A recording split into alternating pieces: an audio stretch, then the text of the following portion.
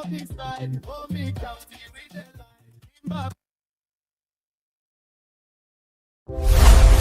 FM.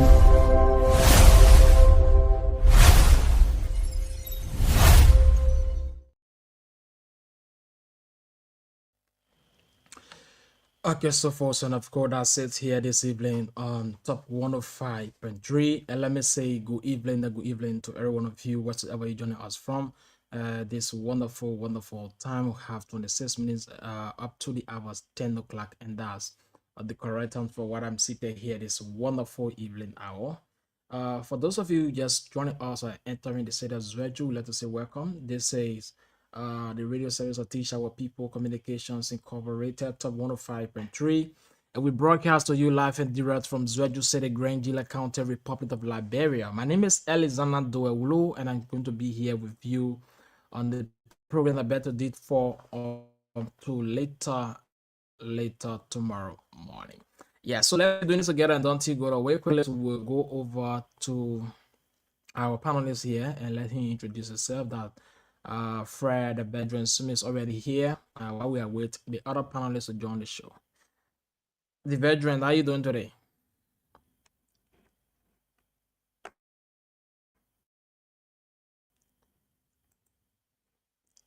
Mr. Smith.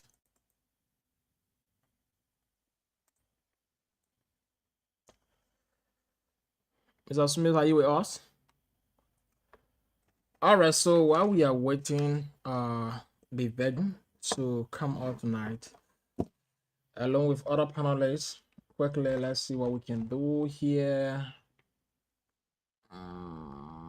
Yeah, let's see what we can do here.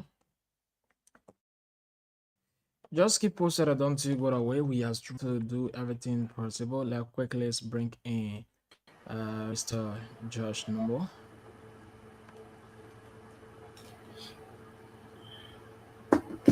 Mr. Numbo, how you doing? Yeah, how you doing? I'm doing fine. I'm doing fine. Okay. How they work? Well, I'm on some notification or leave. A sick leave.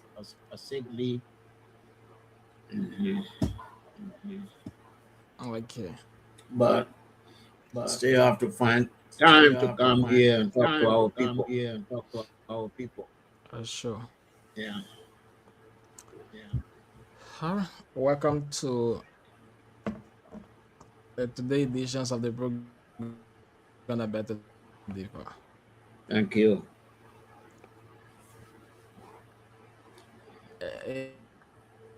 What is Veteran Smith hiding for?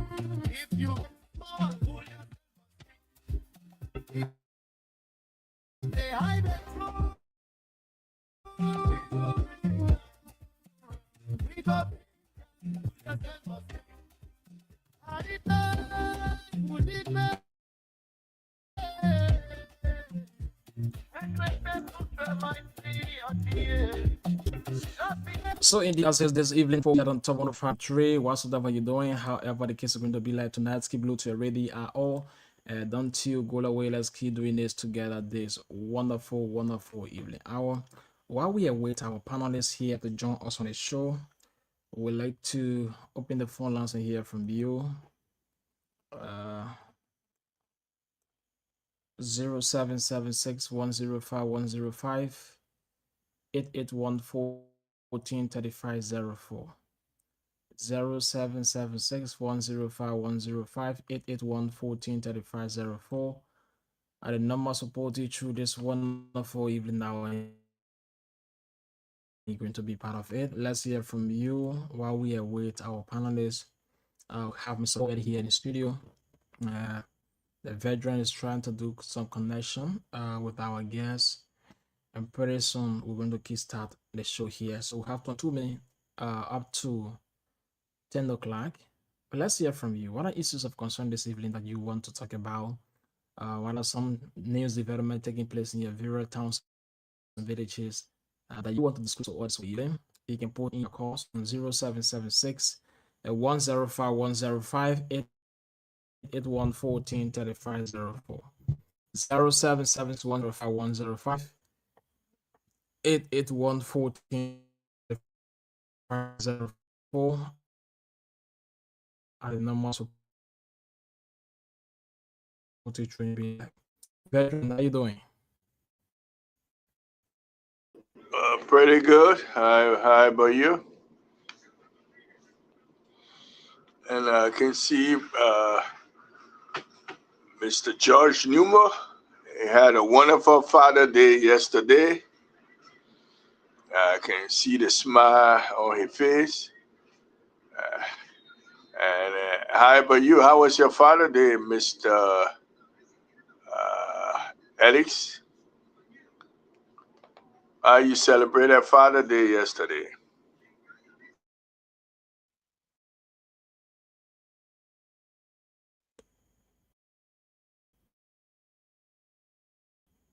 Alex, can you hear me?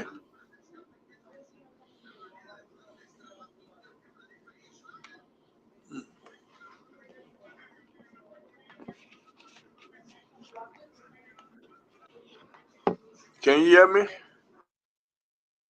I don't know. I can hear you. Okay, Mr. Newmer, how was Father Day yesterday? Oh, it was so. It was so. It could be better.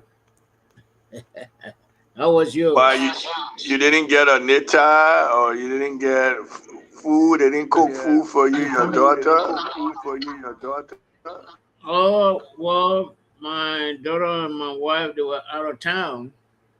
They got in yesterday, but I mean, could have been better. But I mean, could have been better if I was not a sick man. Okay, I agree with you. A good health would have made the day better. Yeah. A good health would have made it Yes. Alex, day can you better. hear us now? Yeah. Alex, are you with us? Yeah, microphone open, so you gotta Alex. close it up. Yeah, Are you with? Okay, thank you. I'm with you guys. Yes, I'm with. Yeah, microphone open, Okay. so you gotta close it No, up. I'm with you guys. Are trying to put the video the veterans of.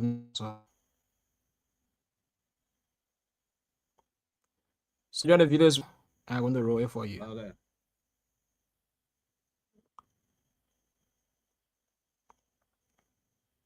One about A.B. Torba and Torba because that would start the Father Day. Very interesting dialogue between son and father.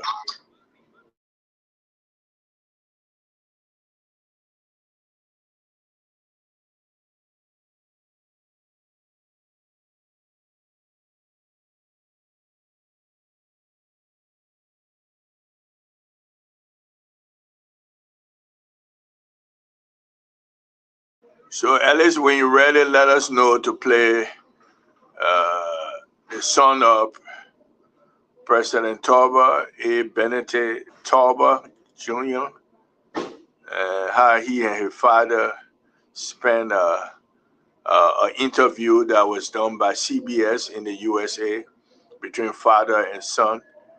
And saying yesterday was Father Day. I felt it's unique to hear the dialogue, father and son, how son can surprise father.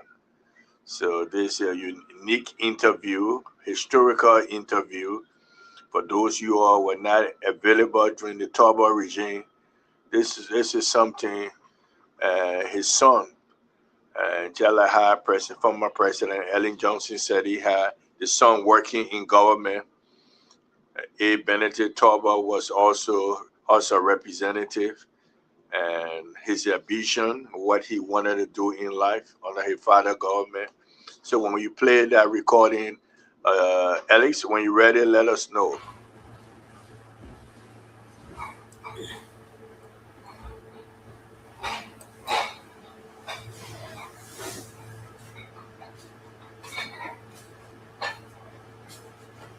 Where you going?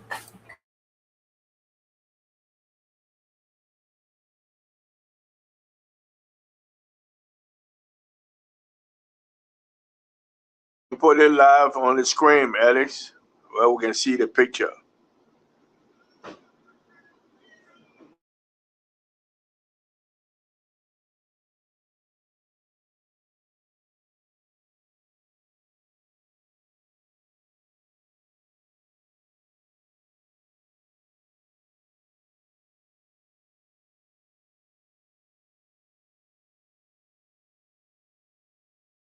So while we're waiting to hear the video playing, okay. This is not what I wanted, Alex, but I know it's one of the discussion. I want the one with A.B. Torba. I mean, this is the second or third one we played tonight, but I want the first one.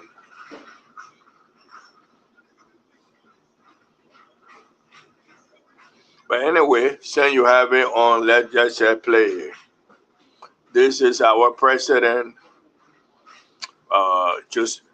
President Joseph Nima Braka, at the ceremony reparation for slavery conference in Ghana, speaking. So go ahead with the recording, Alex.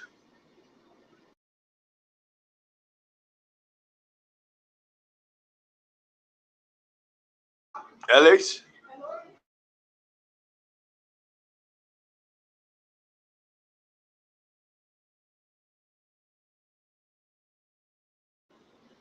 Alex, are you with us?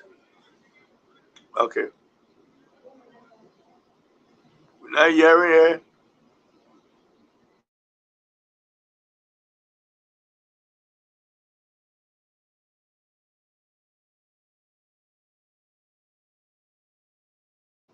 No volume.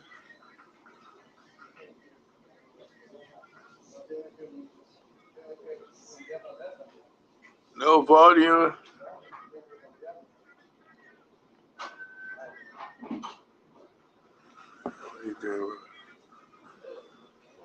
We're not hearing it, Alex. Alex, you gotta hit the play. What are you doing, sir? Alex? We're not hearing the video, you're not hitting the play. Oh, man. Alex? Alex? Yeah, Vedra, I come in. You getting me now? Yeah. You guys getting me? Yes, yes. The call for reparatory justice is Yeah. to the present Yes. generation for the sins of the past. Rather, it is a willingness to confront uncomfortable truth. We invite our partners across the world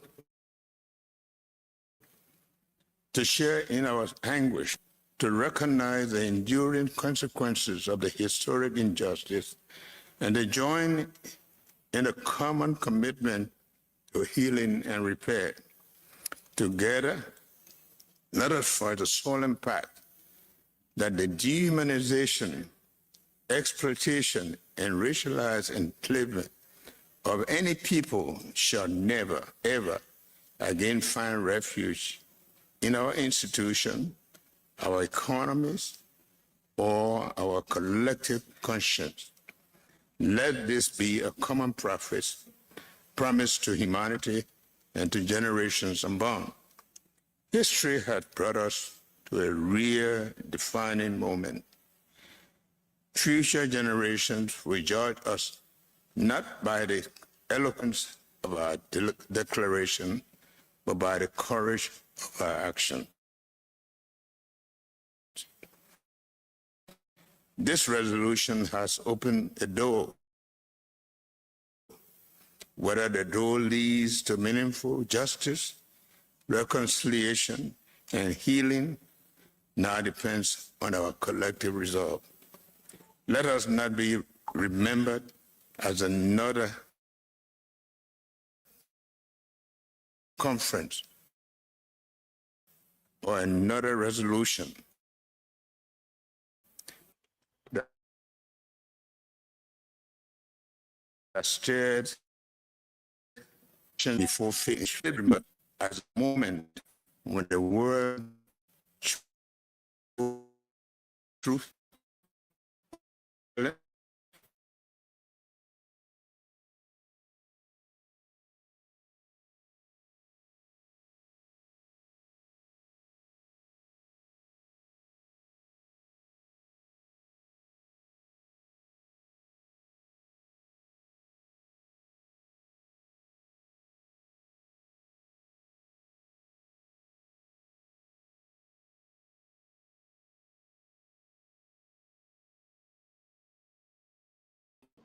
What happened, Alex? ensuring that the gravest crime against humanity is met to restore dignity, repair historical wrong, and build a future founded on equality, shared prosperity, Oh God. and our common humanity. If we succeed, generations yet unborn, that's simply to remember history. Adrian. Mr. Smith, get here. I mean, what happened? Breaking up. What happened? I mean, what happened? Breaking up. What happened? Mr. Smith, they're breaking another internet. Oh, I just feel the video not playing. If you see the video breaking in, that's the internet. okay. And let Mr. Smith mute himself too. Okay. And let Mr. Smith mute Yeah.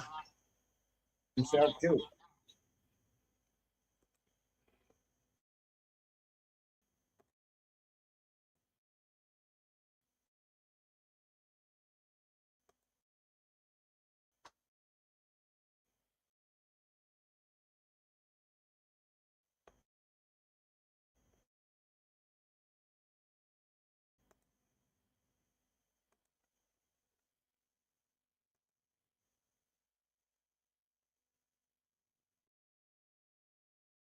God bless us. And I wish my friend and brother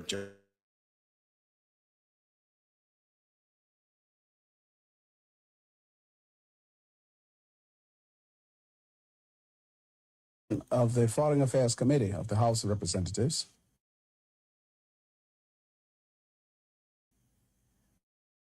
I'm also the co-chairman of the Committee on Education. I'm also a member of the Committee on Information and Cultural Affairs, and trade unions. Also a minister of the gospel, an evangelist, spiritualist. That's a pretty full day you've described. That's right. Personally, I attended master's teaching called the Great White Brotherhood. There are several hierarchies in the universal cosmological world. And so you have a master in charge of wealth, who is called the Master Fortuna. You have a master in charge of governments and nations of the world called El Moya. You have a master in charge of freedom of the universe called Saint Germain. You have a master for justice called Portia. You have a master for wisdom called the goddess of Mercury. But this does not bring about blasphemy, nor does it make about sex. It doesn't bring about a pantheon of gods. And if it were not so I wouldn't have told you. Tell me in purely practical terms, and one hears this rumored about in the political circles here, that you're a pretty good candidate to be president of Liberia. I believe I am because of the way I live. You see, God doesn't many leaders. Leaders. It made many leaders that don't have followers. But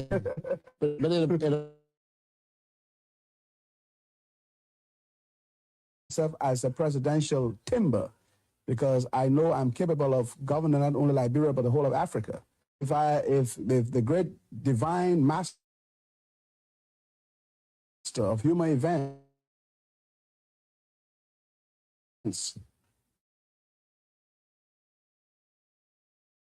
decides through the minds of the people to use me as a presidential candidate, not only me.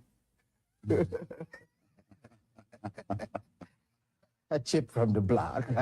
And whether you were a chip off your old man's block.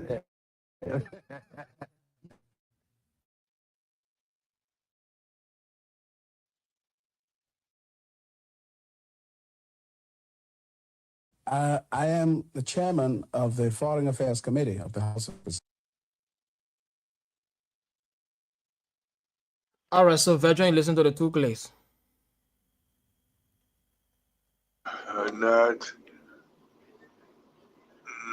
Not how clear I wanted it to play, but not how clear I wanted it to play. But I have the gist of the recording. I have the gist of the recording. So media sir, Alex. Yes. It's A. Benedict Torba Jr. A. Benedict Torba Jr., a son of William Ara Torba. He served in the House of Representatives on Foreign Affairs, and CBS interviewed him. A lot of the things we learned from that recording, what makes this recording very historical, and we have a copy, is that you can have your children in your government, your son, father, and son, but Willie Torba or William Ara Torba never knew that his son had an ambition, not only to become president, A. Benedict Torba Jr., but also that if he become president, he will unite Africa, that he had that vision, he had that dream, but it never happened. He felt he was qualified. So when I heard this recording, not only because of father and son, Father Day, but sometimes we take the dream of sons or daughters in government, that conflict of interest. But what happens if the children are qualified to hold such a position? How should we handle it? So because of that,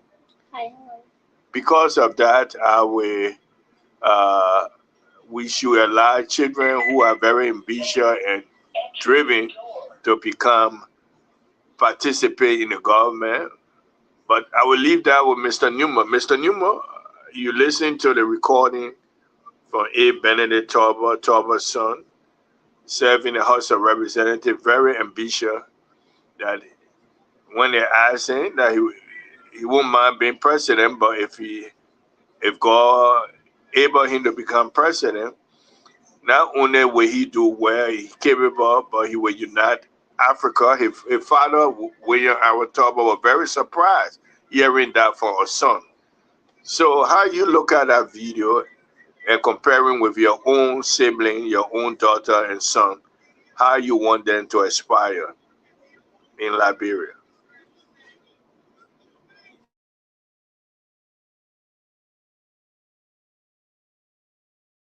Mr. Numa?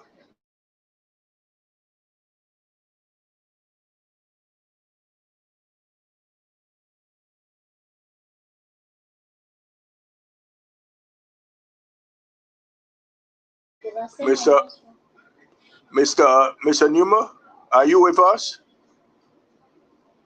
Josh Nimmer. Oh, Alex. Alex, are you with us? Alex.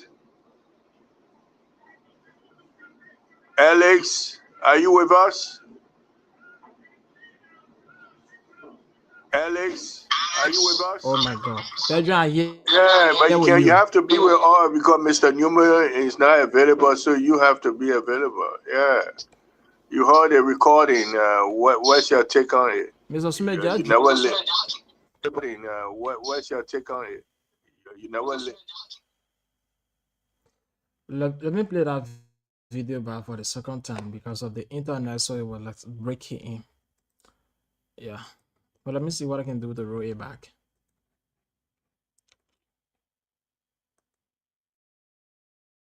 Representatives. I'm also the co-chairman on the Committee on Education. I'm also a member of the Committee on Information and Cultural Affairs. Out of government, I am the president of the Liberian Federation of Trade Unions, also a minister of the gospel, an evangelist, spiritualist.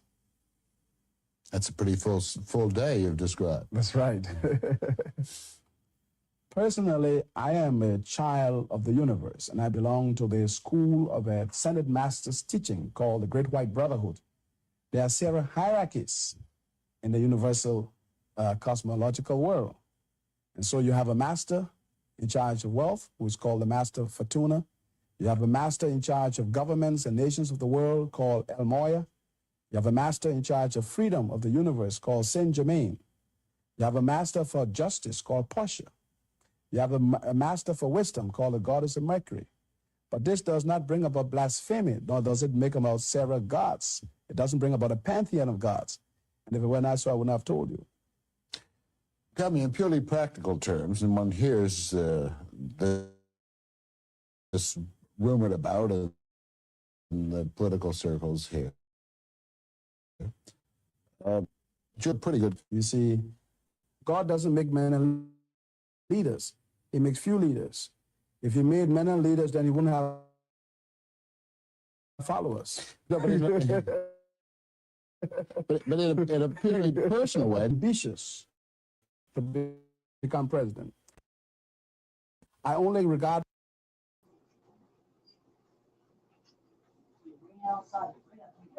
yeah, but if you tell me it's from fire, you say that over.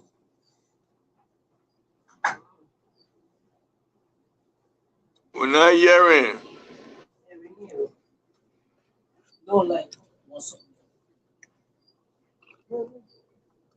Alex, we're not hearing. Like, I can't hear this person. time to see Africa united. with a veto president. Committee of the House of Representatives yeah, because on information, cultural affairs. Out of government, I am the president of the Liberian Federation, also a minister of the gospel, an evangelist, spiritualist. A full day you've described. That's right. Personally, I am a child of the universe, and I belong to the school of ascended masters teaching called the Great White Brotherhood. There are several hierarchies in the universal cosmological world. So you have a master in charge of wealth, who is called the Master Fortuna. You have a master in charge of governments and nations of the world, called El Moya. You have a master in charge of freedom of the universe, called Saint Germain. You have a master for justice, you have a master for wisdom, called the goddess of Mercury. But this does not bring about blasphemy, nor does it make about several gods. It doesn't bring about a pantheon of gods. And if it were not so, I would not have told you. Tell me in practical terms, and one hears this about in the political circles here. That you're a pretty good candidate, president. I believe I am, because you see, God has men and leaders. If he then he wouldn't have followers. But in a in a personal way, does this cause family quarrels or?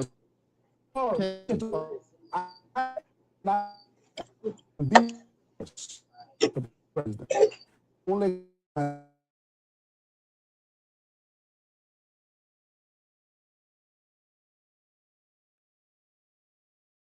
as a presidential candidate, not only will I rule Liberia, but will I shall endeavor to rule the whole of Africa by uniting the continent.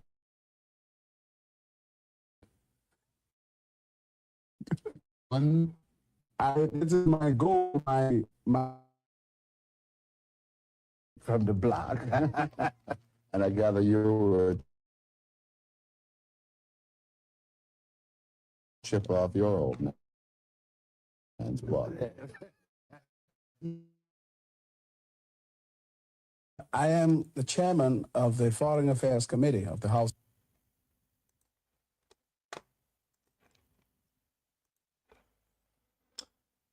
All right, Benjamin, get it clear. It was cutting, but I may have listened to it before. I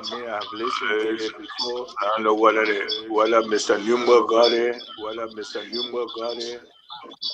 Mr. Nimbo Drop. But okay, who's there? So let's welcome. Yeah, let's welcome Mr. Napier on the show. Okay, that's what I How heard. you doing? Okay, that's what I heard. Excuse me. Thank you very much, Alex. Mr. Wulu, thank you. Veteran, thank you.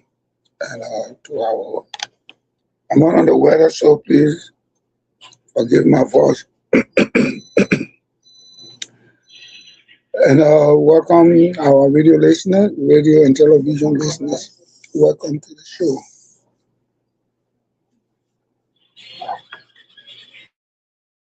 I don't know whether you heard the video of A. Benedict Talbot Jr., son of our former president, William Ira Talbot Jr. And saying yesterday was Father's Day. I got this video from the library to play a very historical video. And I wanted you people to listen to it. The ambition of A. Benedict Talbot, what he wanted to achieve, not only becoming president, but uniting Africa. And Talbot was very proud when he heard his son having that dream. So I wanted to play it for you to think about it and give a comment on that, saying yesterday was Father's Day. I've listened to AB many times. As a matter of fact, AB was my friend, so I've listened to him a lot of times. He was a unionist president besides being a member of the House of Representatives, and his ambition was acting to the point of being successor to his father. And many of us were of the view that that was not a doable thing, and I was not in the right direction. Apparently, I was thinking about the likes of Yasimwe Adima, of Togo, whose son is now the current president of the Togolese Republic, and what has continued to obtain in other parts of Africa.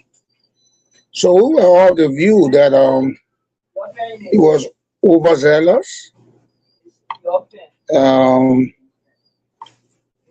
He could not have been president of Liberia and then Africa, though the need for Africa to unite is a present urgency if all things are considered and everything is put into place. But that question has been dodged in Africa for a long time because African leaders will not work in concert. African leaders will want to control their own domain. African leaders will want to be going to these conferences and then coming up with certain things that benefit the continent as opposed to uniting the continent. African leaders will want to make sure that they can uh, do the business of managing their respective countries, as opposed to consolidating the question of Pan-Africanism. And as you have now, they have the European, the EU, I mean the AU, which is a union of its own, but they are subsets to the AU. In other words, the AU is not one compact African nation, to say the United States of Africa. When that is done, the question is who is going to be the leader, and that's the question for more than 60 or more years they have been wrestling with. Who leads, who heads, who runs the affairs of the continent. So this is where the continent found itself. So in that context, AB, who was overzealous, would not have had a very relevant mechanism to consolidate or amalgamate all of the nations as one under the United States of Africa. And that would be my comment for now. A father was surprised of his son's dream. You saw Torba laughing when that interview by CBS, what his son wanted to. Is it wrong for a son to dream? And if he's capable and qualified to do it, should he be denied because we consider conflict of interest? Or it will be good for the country or the continent having somebody very smart and intelligent like A.B. Torba? Is an EP? Everyone has an ambition. You have an ambition. Mr. Ulu in studio has an ambition. I do have an ambition. But the complexity of the latitude of our respective ambitions can sometimes be cumbersome. Cumbersome in a way that you have to dissect what it is all about. To put a whole continent together is achievable, but I mean, it's not impossible. It is achievable. Or it'll take a long time because of individuals' interest. If you were a president of the Republic of Liberia, you want to serve on the president of Burkina Faso as the president of the United States of Africa, you will not want to do it. So that question has been a pin bone in the throat of African leaders, even though they have more force from OAU, Organization of African Unity. Thank God President Tubman, under his audacious leadership, was able to, in 1957, the Southern Republic Conference come out with the thought that if Africa, Liberia's independence, it matters not if the whole of Africa was not emancipated. Trusting on that, Haile Selassie would visit President Tubman around 1960-62.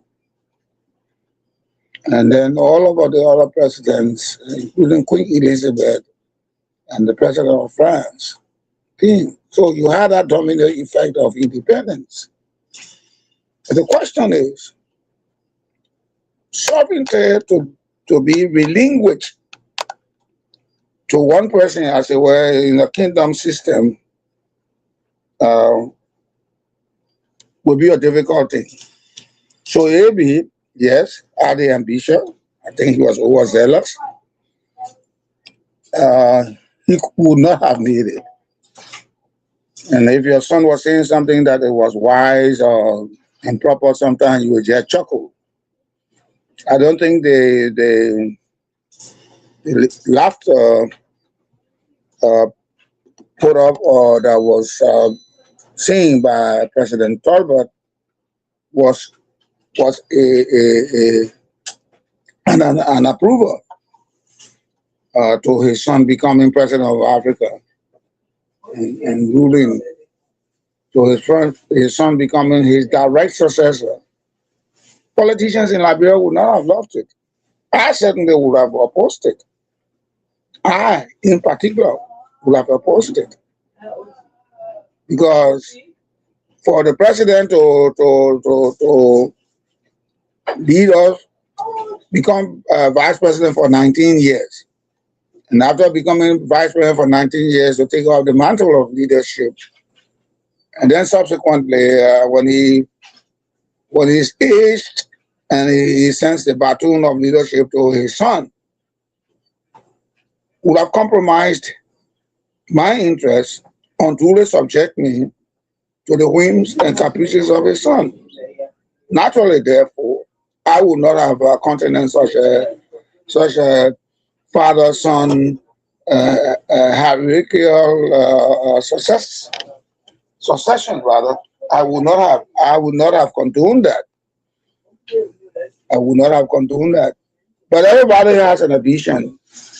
Everyone has an ambition. Even the little baby born after 5 years has an ambition, has a direction of life.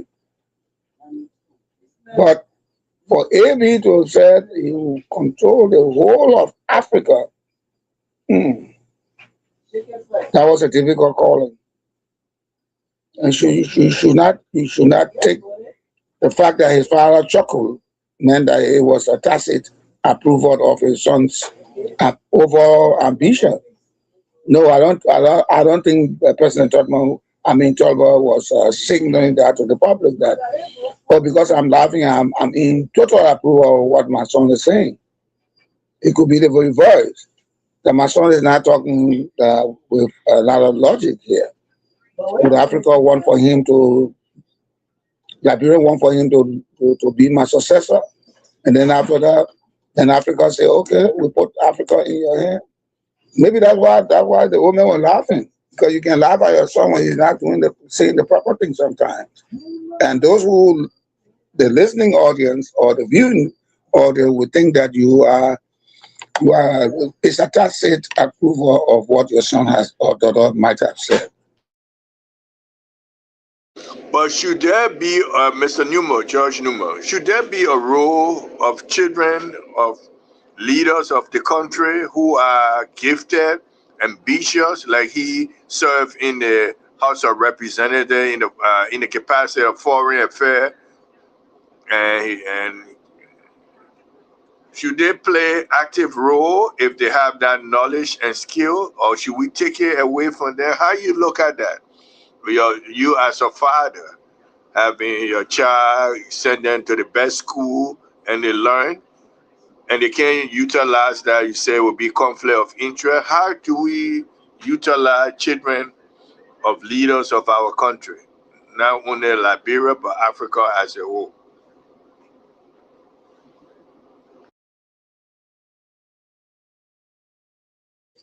Mr. Newman? Mr. Duba is not on set. You can go ahead. I think the point here was missed. You have to align my thought with what David had said. You want to be a senator? No problem. No problem. You can be a senator. You can be a representative. No problem. But if I were a president and my son wants to succeed me, or I want my son to succeed me, that would be something quite unusual, unnecessary. And I think I'll be opening a process that will lead to the elimination of my family. I wouldn't countenance that. I would not be supportive of my son's ambition. When I am president of Liberia, for instance, and then one of the sons that I have, the guy in the medical area says, well, you are president now, so I will be your successor. I'll tell you point blank. And then my children told me for that, I'll tell him what are the box. You cannot, you will not, you shall not be, because it is not something for me to consider you to be my direct successor, or the people of Liberia for that matter, to acquiesce the decision I would have made and say, okay, Mr. Christopher J. Nicholson can become our leader. I'll give you a classical example of what happened in Togo. When Olympio was assassinated, the colonel he took to, the gentleman he put in the army, assassinated him and became the ruler of Togo for several decades. Overly ambition, as it were a dynasty, he had his son to succeed him from. Yeah, same way, he's there now in Togo as a president. Well, know my people, know our people, know the way Liberian people think. That would not have happened in Liberia. That would not have happened. It would have been a chaotic from day one until that man gets out of that office. So, my son is in the medical area. He's in the heart area. That does not mean that because he's there, I can accept his thinking that he will be my successor. Now I'm speaking subjunctively now. If I were president of the Republic of Liberia, then my son comes because he has all the wit band knowledge. He has everything that you can think about, and I acquiesce. I say, yes, my man, I will give the baton to you.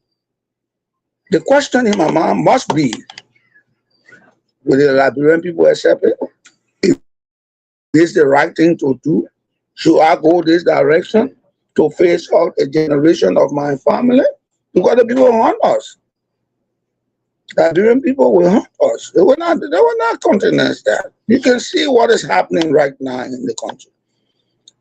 And if you want to retrospect, your mind will tell you that Liberian people will not accept it. Interim government, they may not. The successive interim government, they may not. As gentle as Judy Bryan was, they caused not. When Sawyer came in, Judy Bryan came in, they called not. The 5-man or 6-man council, they called not. Till I got there, it was worse.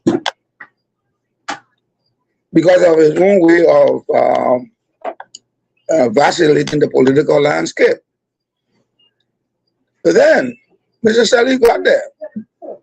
Were they satisfied? No. Would Mrs. Selly have said, oh, Robert or Charles can be my successor? Mrs. Selly was not thinking in that direction, knowing who she is. And the kind of way, the quality of mind that she has, Mrs. Selly was not thinking about that. I don't want to talk about George Weah because I have not studied him very much. But the current one now, I don't think he want to do that because I worked with him. I know him. I understand him. He will not want that to happen. In fact, you put his head on the right side, and I mean he's done. He got done for that thing there. So, no, my son will not be. No matter whether he eat all the book in the world, he will not be. And I will not countenance that. That's good. Before we go to the corner, Ellis, can you play the second video by the Prime Minister of Barbados? And then that will be sufficient for the callers to chew on.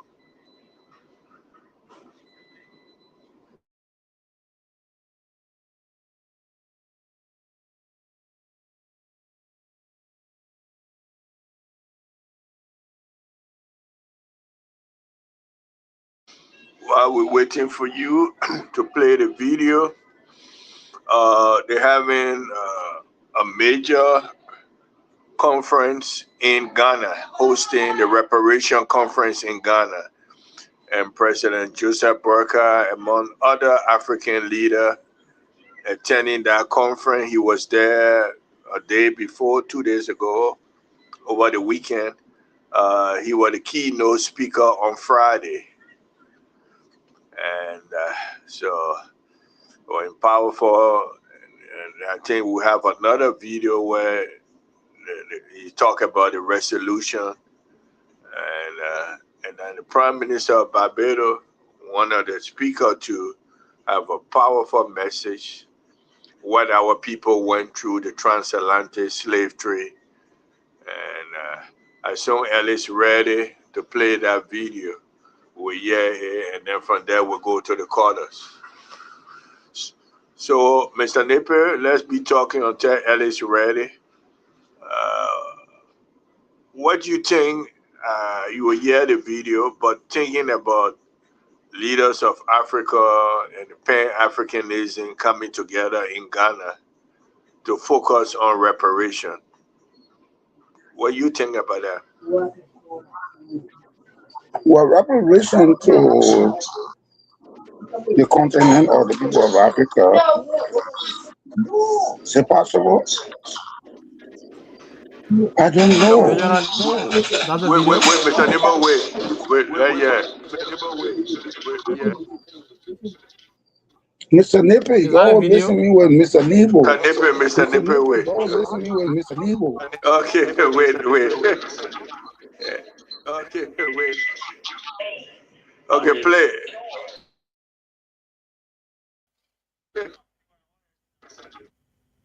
As you play the video, that's it. Yeah, Vedran. that's the video. Play.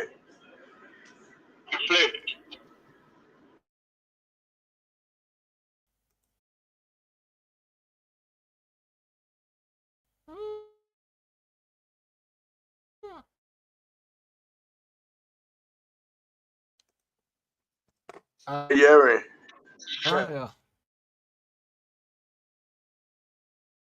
In Accra will allow for this too to be regarded as a historic moment. We live in a world today where people call out people for everything, but yet we have not found the moral courage to state unanimously across humanity that this grave crime ought to be declared so by all. That others choose to remain silent is a reflection of them, not of us. There are others who say that there's been slavery before, but ours was the only one as chattel and as property. I stand here today on behalf of the government and people of Barbados, conscious that our duty is to repair. And our duty is to call for others to repair. Regrettably, our parliament was the first and in others used as a platform for their own slave laws. It is the categorization of us as subhuman. It is the categorization of us as chattel, as property,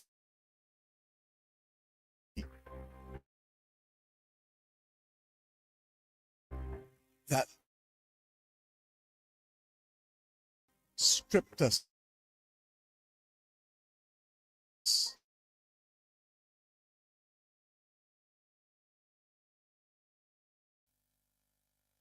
that those efforts be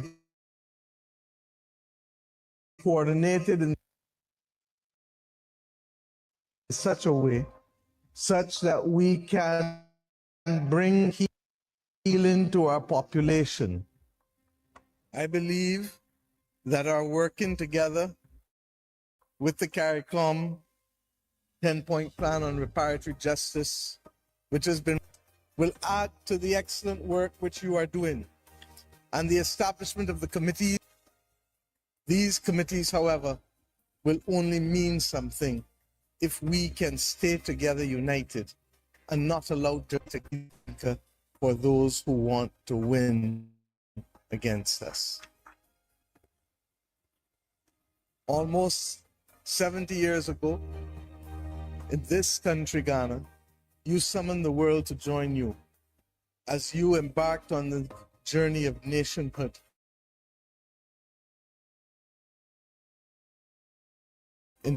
Again, to join you. And we, the children of Africa, our journeys are not always finished by the same people, even though battles are not won by those sometimes who started, that our duty nevertheless must be resolute. I have every confidence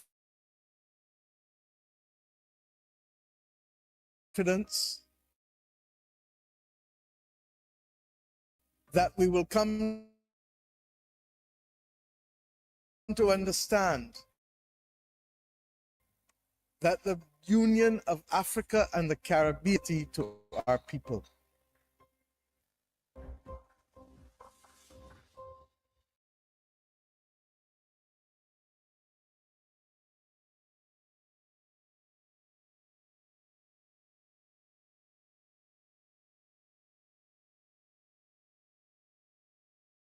Allow for this too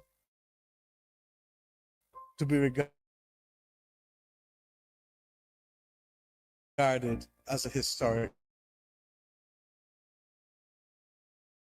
moment. We live in a world today where people call out people for everything, but yet we have not found the moral courage.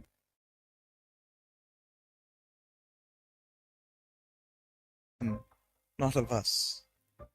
There are others who say that there's been slavery before, but ours was the only one to declare us as chattel. He is to repair, and our duty is to call for others to repair.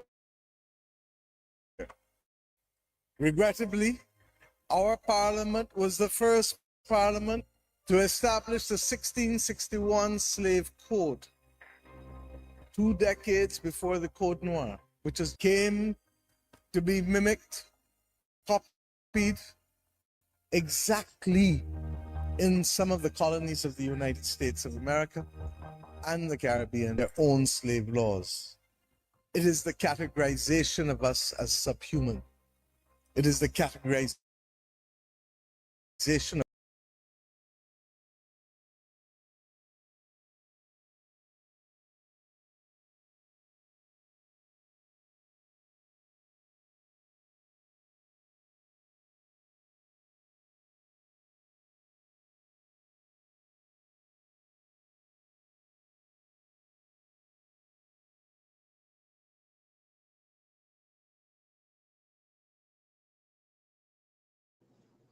Yeah, you are muted, Alex? veteran. Alex? Yeah, Alex? Okay, Mr. Nipe, you can put it in perspective.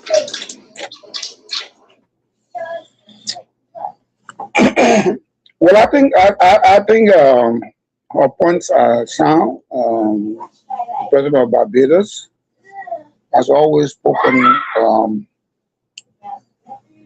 in the tone of our former leader, President Ellen Johnson Sirleaf.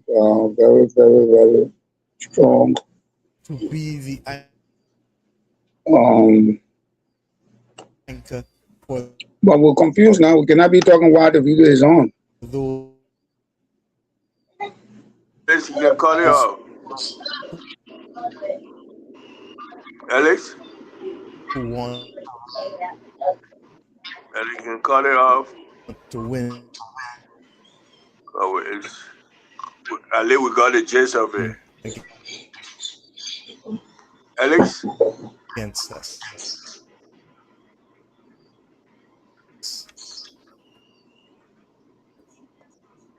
Alex? Of Africa and its diaspora. Our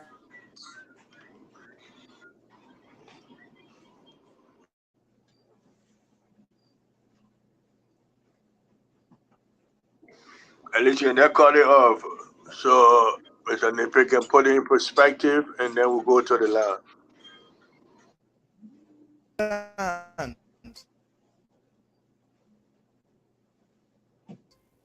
that the union of Africa and the Caribbean can bring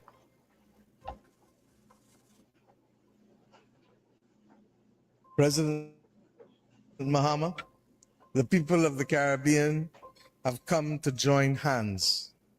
We in CARICOM have been fighting now for virtually a decade.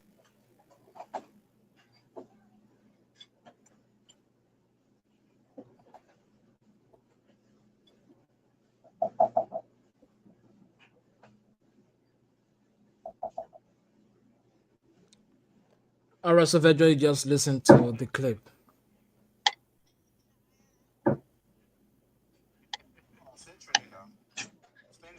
Mr. Smith. In perspective, then we'll go to the land.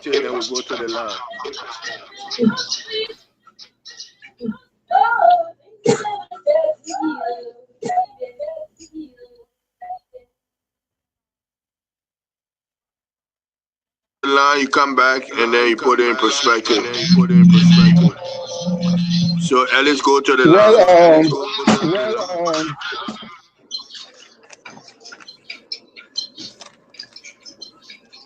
All right. So folks, at this point, we'd like to say good evening and welcome to just joining us.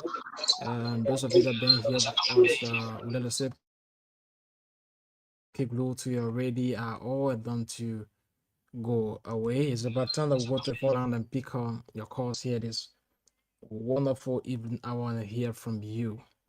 So if you want to be part of the show, I beg to differ. Just call it on 0776 105 105 81 14 3504 0776 105 105 881 14 3504. And the number support you through to now. You're going to be live here on top 105.3. Let's hear from you. 776 105 105 881 14 3504. Like quickly, let's see our best. We're going to roll our things from here.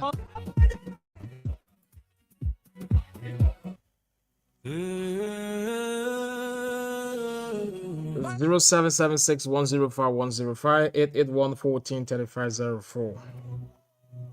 Top FM 105, 3 we on the air. Leader shout, Sheku Koroma.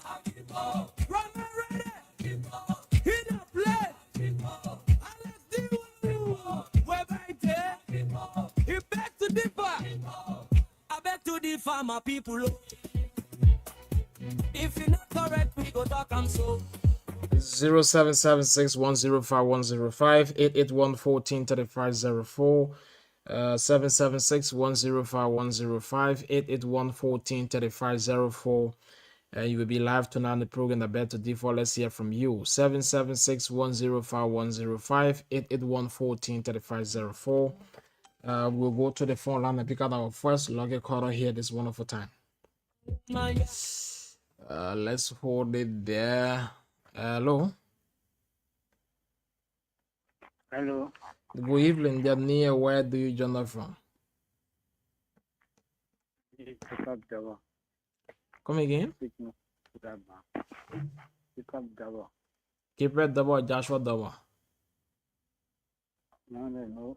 Which station playing down Hello.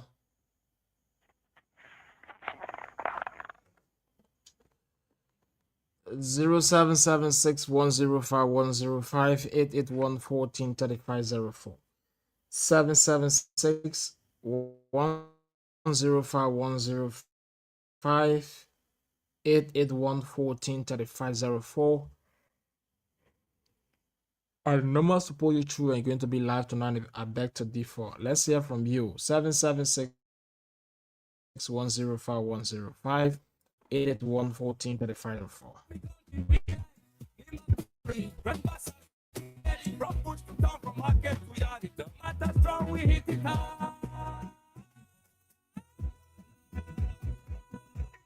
Zero 776-105-105, 881-143504.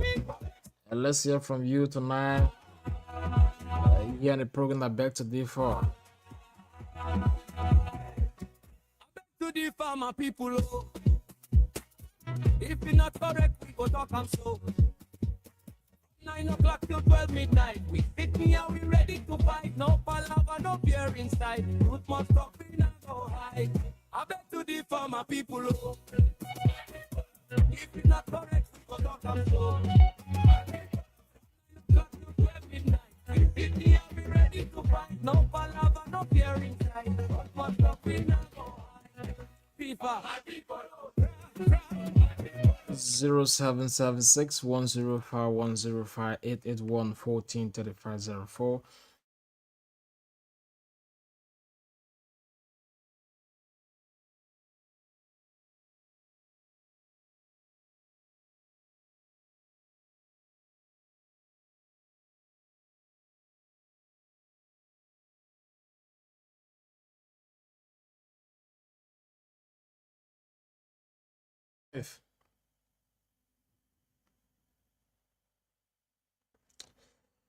All right, so let's go on the line and pick up this person. Hello. Good evening, Chris. Good evening, how are you? Elizana Doewulo, good evening. How you doing? Good evening, how are you? You hearing me? I getting you loud and clear. I getting you. Okay, this is my big jelly calling from Rebel Quarter. How are you? Okay, my friend. Welcome to the show. Yeah, thank you. Let me say good evening to our panelists. Good evening to Green Evening and us and Labyrinth listening all over the world. Okay. You see, the role that Gaddafi wanted to play before people kill him. I looking at the Ghana president playing that role. Okay. So I've been monitoring the whole thing. And I pray that as the African leaders are listening and they are contributing to what happened to Africans in the past, they can learn that lesson and make sure that they unite Africa so we can know our best to move forward. Because African, we need to our leaders, they need to get together, that our own resources that we have, that will make sure we appreciate and we put it to a correct place. Let's appreciate our resources that God gave us, that the citizens of that or each of the country will enjoy the resources. Gaddafi did well. God gave Libya oil, and Gaddafi used that oil. He sold that oil, and the citizens of Libya they were enjoying. For the Western people, look at the whole thing, and today they want to use the same Libyan to get rid of him. So the role that the Ghana president is playing, I'm very, very admiring that role that he's playing. But I hope our own leaders then too should try that the resources that God gave us, so we can enjoy it. But when look at Liberia, yeah, we have the resources, we have the forest, we have the gold, we have the diamond. But the same thing, we the citizens living at the poverty. Why? When we continue to look up to the West, we continue to look up to the West. God gave us our resources for us to enjoy, but we are not enjoying. Yeah, we continue, our leaders continue to beg the Western world It's real a problem, my son. It's real a problem. When will Liberians enjoy the forest and the diamond and the gold that God gave us? Now we live in aged poverty. We still begging. These resources that God gave us, we have to beg. And the Western those will come to us or nothing like that. We are just begging. But I like the road that Ghana president playing. Let him continue. I hope our leaders then help him to see our best. I want to tell you the parents, thank you, and let God bless them. Thank you so much for being part of the show also. You're welcome. Let's go on and land and pick up the next caller here. Hello. Yeah, hello. Good evening, your name. Where do you join from? Yeah, good evening, my brother. My name is Anthony G. with Johnny River Telecom Community. Come again? My name is Anthony G. with Johnny River Telecom Community. Welcome to the show, bro. Thank you, brother. I've been observing and then watching you guys. Listen to the recording that you play. Really, a better proper outcome here, even from our ancestors up to this time, in the serious time. Just imagine we have all the riches that we looking for in the world. We Africans, we don't have all the riches. But then, we don't have knowledge to that riches that we're suffering today. If we don't come back to the great Liberia that we're in today, Liberia have a riches, but then they use us and took our riches and embezzle it. Our suffering. We Africans, we don't have one word. Like the Ghana president saying, if he say yeah, well, all Africans should be united. There are some Africans that will not accept that we're suffering today.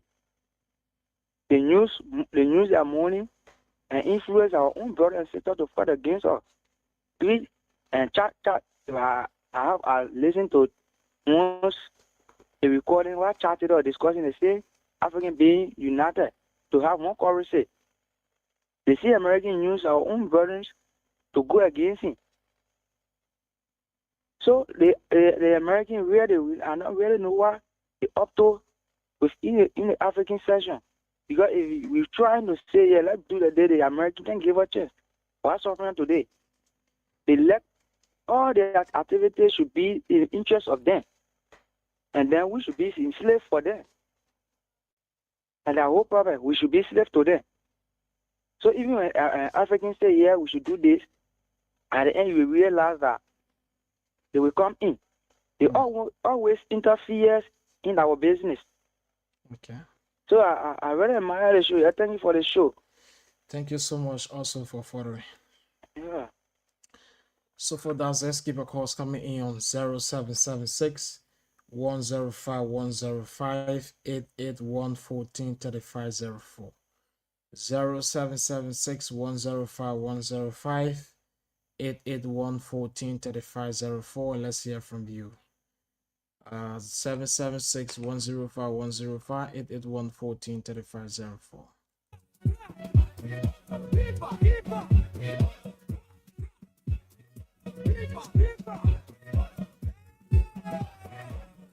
Lead action.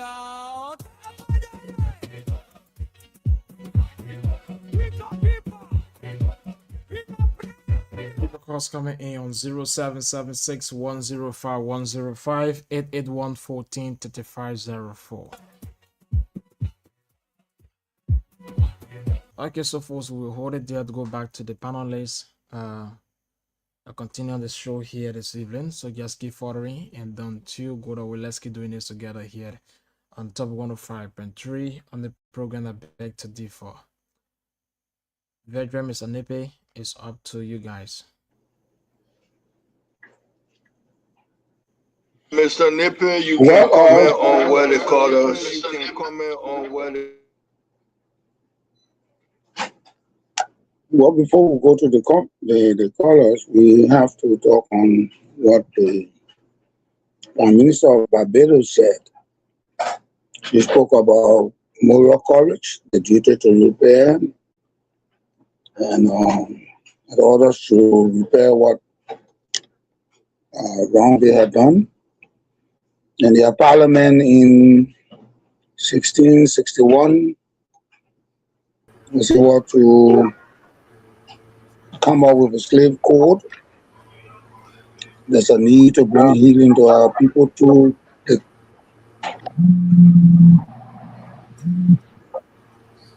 And the CARICOM, which is the Caribbean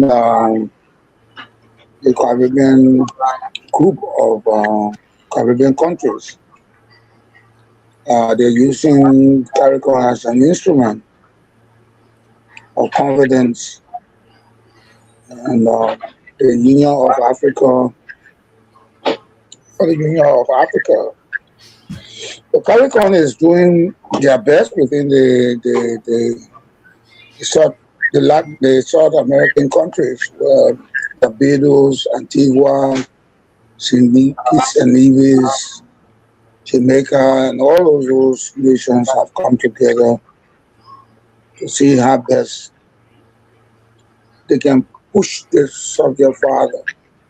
And as I earlier stated, the Prime Minister of Barbados, Mrs.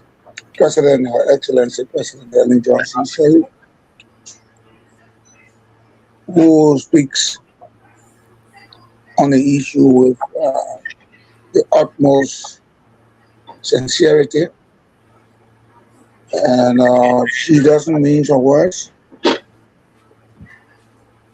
And all that she said is she welcomed the what is ongoing in Ghana by President Mahatma, to the extent that reparation, even though the tape was breaking in and out, to the extent that reparation can be considered. And the question is, whether these reparation bringing back our African artifacts that were taken from Africa during the Atlantic slave trade, would they be brought back? Will France bring them back? Will the British people bring them back?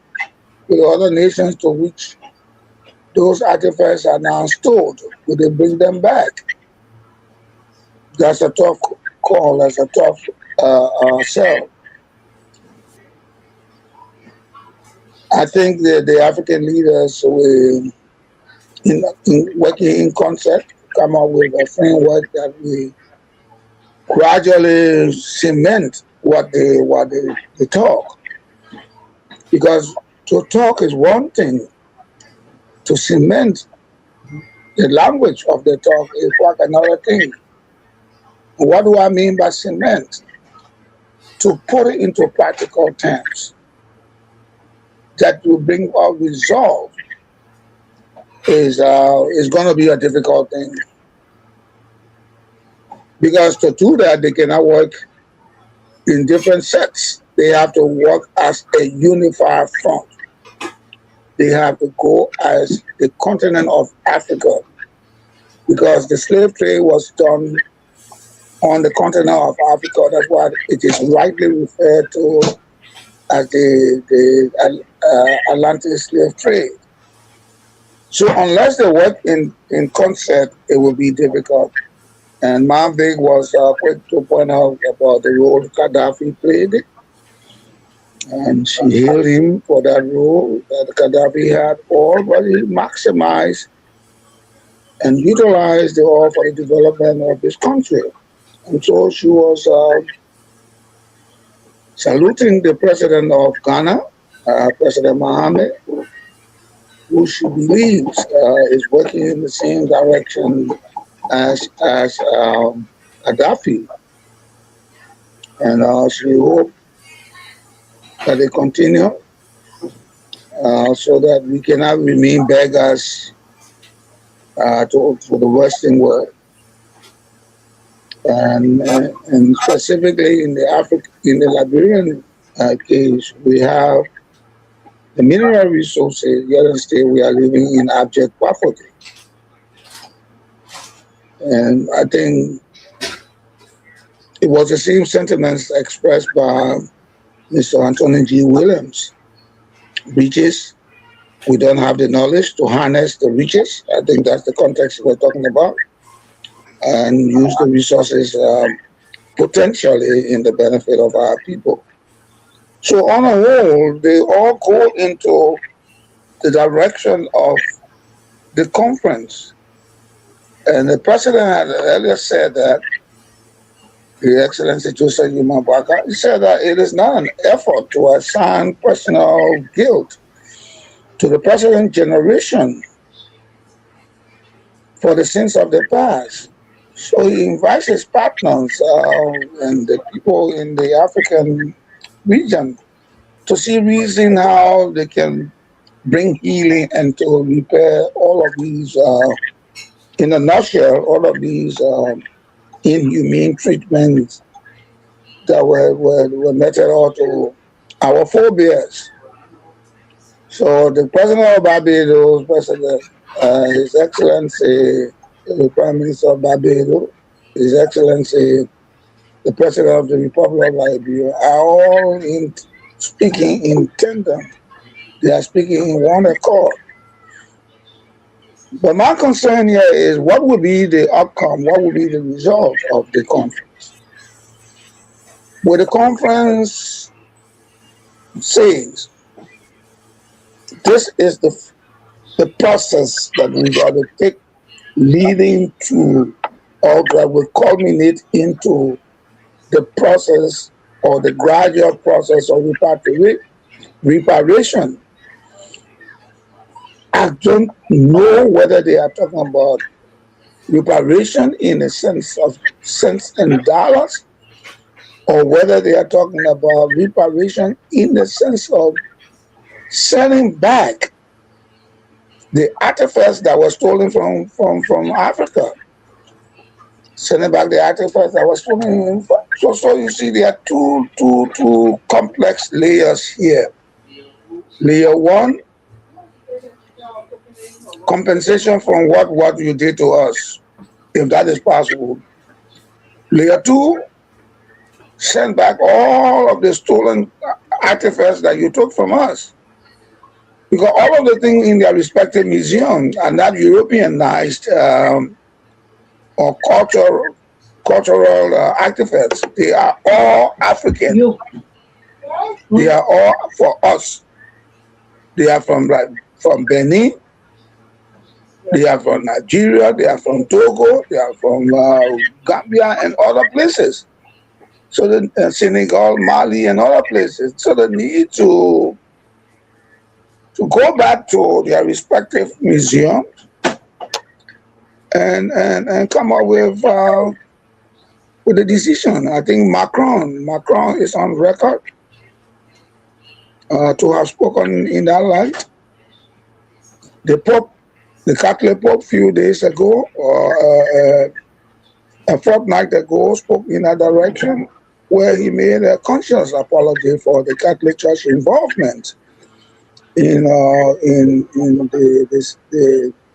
Atlantic slave trade. So the world is getting somewhere. Africa is moving in that direction. But consolidation of its thinking is what matters here. And I want to start right there because I see my colleague, Honorable George H. Nubo, and maybe let us comment as well.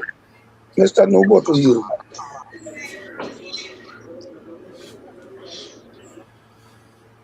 Mr. Nimbo, you can touch on all of the different A. Benedict Talbot Jr. Recording. The one we play for the Prime Minister of Barbados. In that context, what you heard, you can put it in perspective in your own words, how that fit in our society, how we can go about getting all the stolen artifacts that Mr. Nipe talked about, and also our human manpower that was taken for all through slavery. if we would get funding, how should that funding be used for? Well, I want to say, let me skip this one, but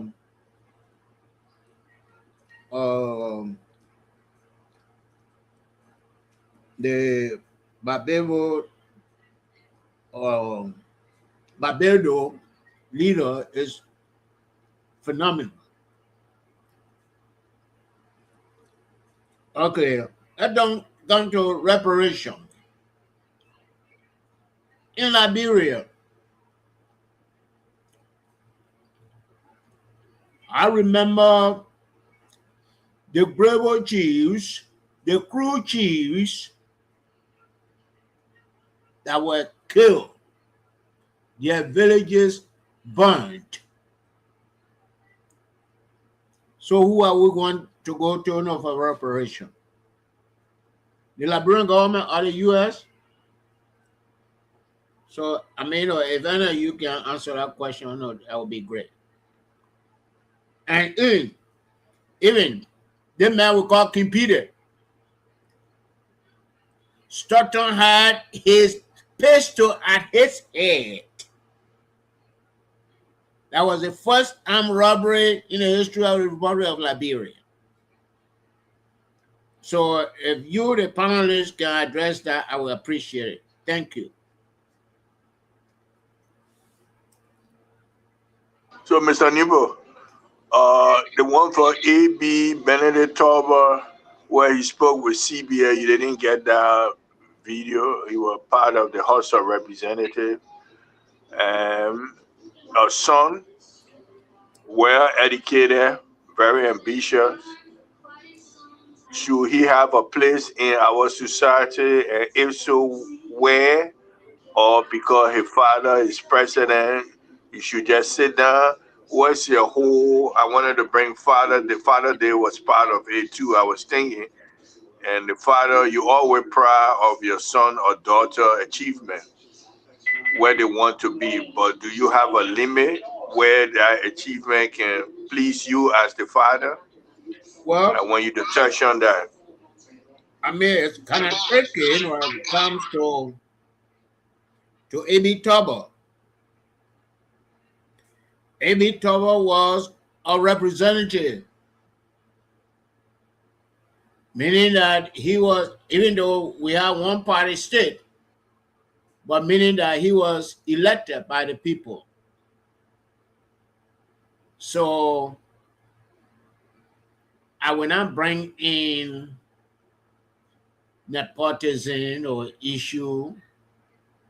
He was elected and he was a great guy, even though maybe he should have talked less than he talked.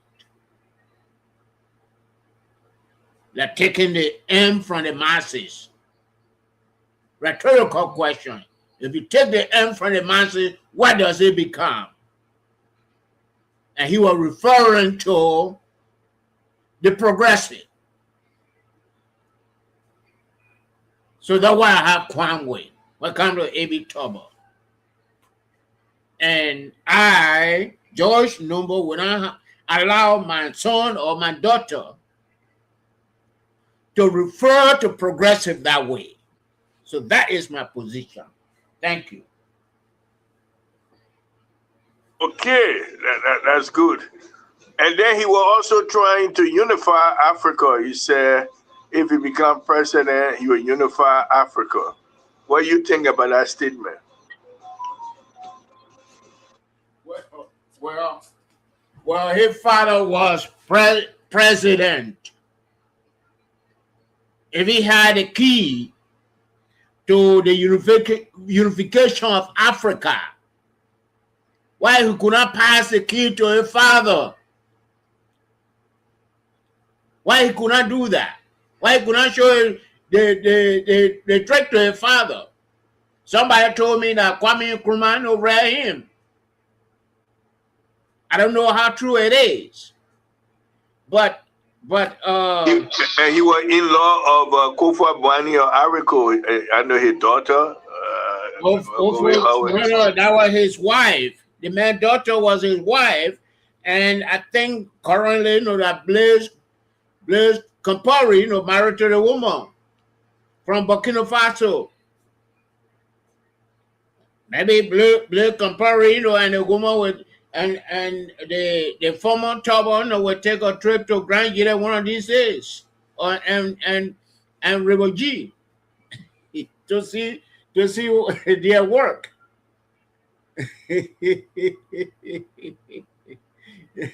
So I mean, I don't want to spoil the whole conversation, but those are my takes on the issues. Thank you. But you also touched something you wanted for us to comment on. If you can repeat what you want us to comment about. Okay. The chiefs, the Grebo chiefs, and the crew chiefs who were murdered, the villages that were burnt. Today you go to Calocan in Maryland County, you'll see a lot of crew people there from Southtown area. Because they ran away from the evil hands of the Liberian government. It was not American government. It was not British government. It was not French government. So was this during the time of slavery, or is our own government? Slavery, our own government. Our own government. Go and do the research. The Crew War, the Grebo War. I just wanted to put it in context. And even Stockton pointing his pistol at the head of who they call King Peter, the name King Peter, who we're going to go to for reparation for that. The first armed robbery in the history of the country. Who should we go to? I think we have the veteran diplomat here, Mr. Nippy. I think let Mr. Nippy address those things. Thank you. Mr. Nippy, you want to put it into context, because I'm not in disagreement with what Mr. Numo is saying, but to me it's out of context. One is reparation for slavery. Now, injustice done by your own government is another thing. So now you cannot be talking like that. Okay, to put it in perspective. Mr. Noah is talking about Robert Stockton, after whom the Stockton Creek is named. Peter has that place report that is called Gawura in Monrovia. And it's where Biomin Castle used to live. The question about reparation is like a long tail without an ending. But how do you marry all of the facets that developed during those times up to the Atlantic slave trade? You come to remember that one tribe in Liberia that was adamant and did not go for that Atlantic slave trade were the Crew people. The Crew people, we always prefer to die than to be dishonored. And we saw slavery as being something of this, honoring your humanity. So the crewmen fought bitterly against going that way. He mentioned about the Grebo and Southtown incident. My uncle was involved in that. Joasimir Nimna was involved in the protracted period of that crisis. And then there were other people in the area of Fidokli, Nronkia, Nikwipo, and maybe those Southtown area which you cannot readily recall because you don't know the area.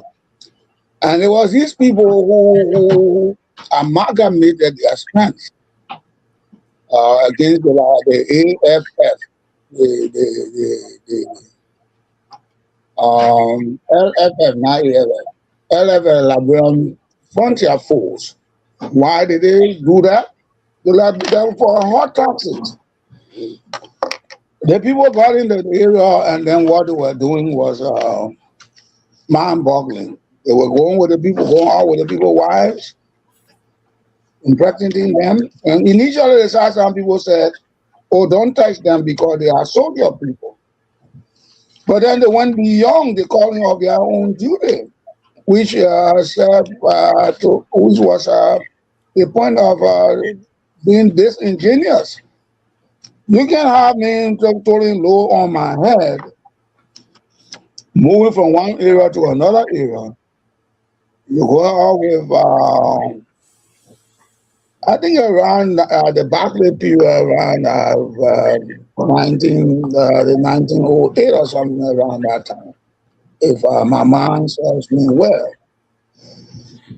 When the LFF was formed, because Great Britain and the French people were overextending the land acreage of Sierra Leone and Guinea and Ivory Coast, thereby squeezing us. They were squeezing us. So back in around February, I think 1908, decided to just create a force that will be able to man our post. So, does the government of Liberia come up with a reparation for the soldiers? Our soldiers brutalizing, maiming, and then the over seven chiefs in my area in Sastan were murdered. I call that murder because the Bible tells you that you not kill. It being a chief of a temporary chief for some 4 years, that it used to be 4 years, or 8 years, or 16 years, does not arm you to kill another human being. Because you being the inner chief will not want to be killed. But the chiefs were killed. They were murdered. And Mr. Nuba is right. So if we're talking about reparation, payment, whether it is a payment in the sense of returning my artifact that you took,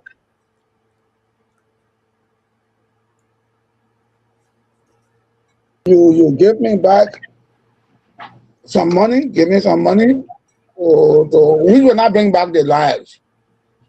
Compensatory kind of stuff. So we have to understand it's a long game. It's a long game. Because government after government, the people have been talking about the killing, the murdering of these chiefs. And the Grebo chiefs as well.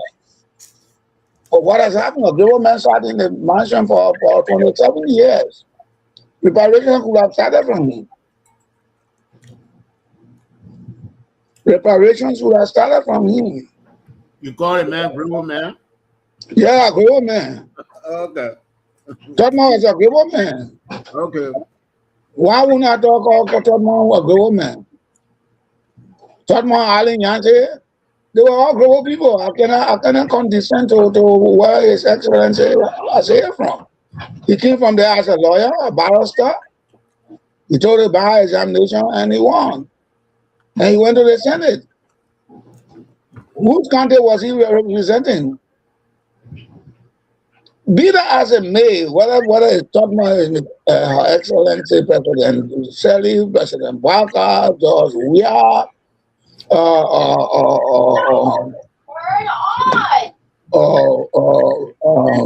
Dr. Amon Claudia Sawyer, or my late friend Judy. I mean, these people have their human limitations, like any one of us for that matter. We are infallible beings. We're not created fallible. I mean, we are fallible beings. We are not created as infallible human beings. And God is the only infallible person. So whether Tottenham stayed there for 27 years, President Selly stayed there for 12 years, President Walker is there, or Georgia was there, or all of them, cumulatively they are telling you of service, does not negate the fact that you cannot give them credit. Because if any one of us on those set were privileged, opportune, to marshal our energy towards the apex of government, we too will have those kind of problems, because we are fallible beings. And the Bible tells me, and the Bible is correct, there is none that is righteous, absolutely no, not one. We are falling short of the glory of God. Why did the Bible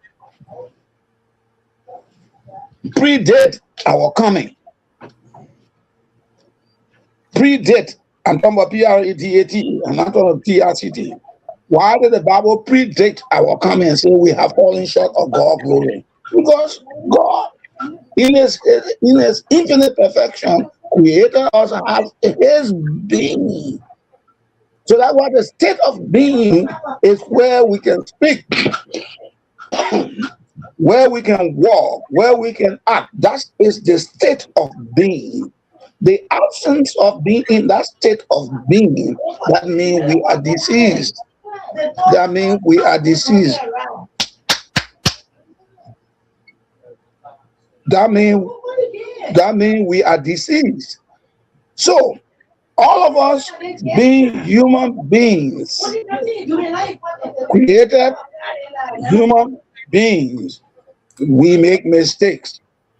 So Tottenham, in that context, Tottenham, that's His Excellency William Vakanara Shedrack Tottenham, my president, and all of those who serve after him are my president, or were my president. I will give them the deference that they deserve. Because if I were there tomorrow, I will hate for anybody to disparage my tenure. Because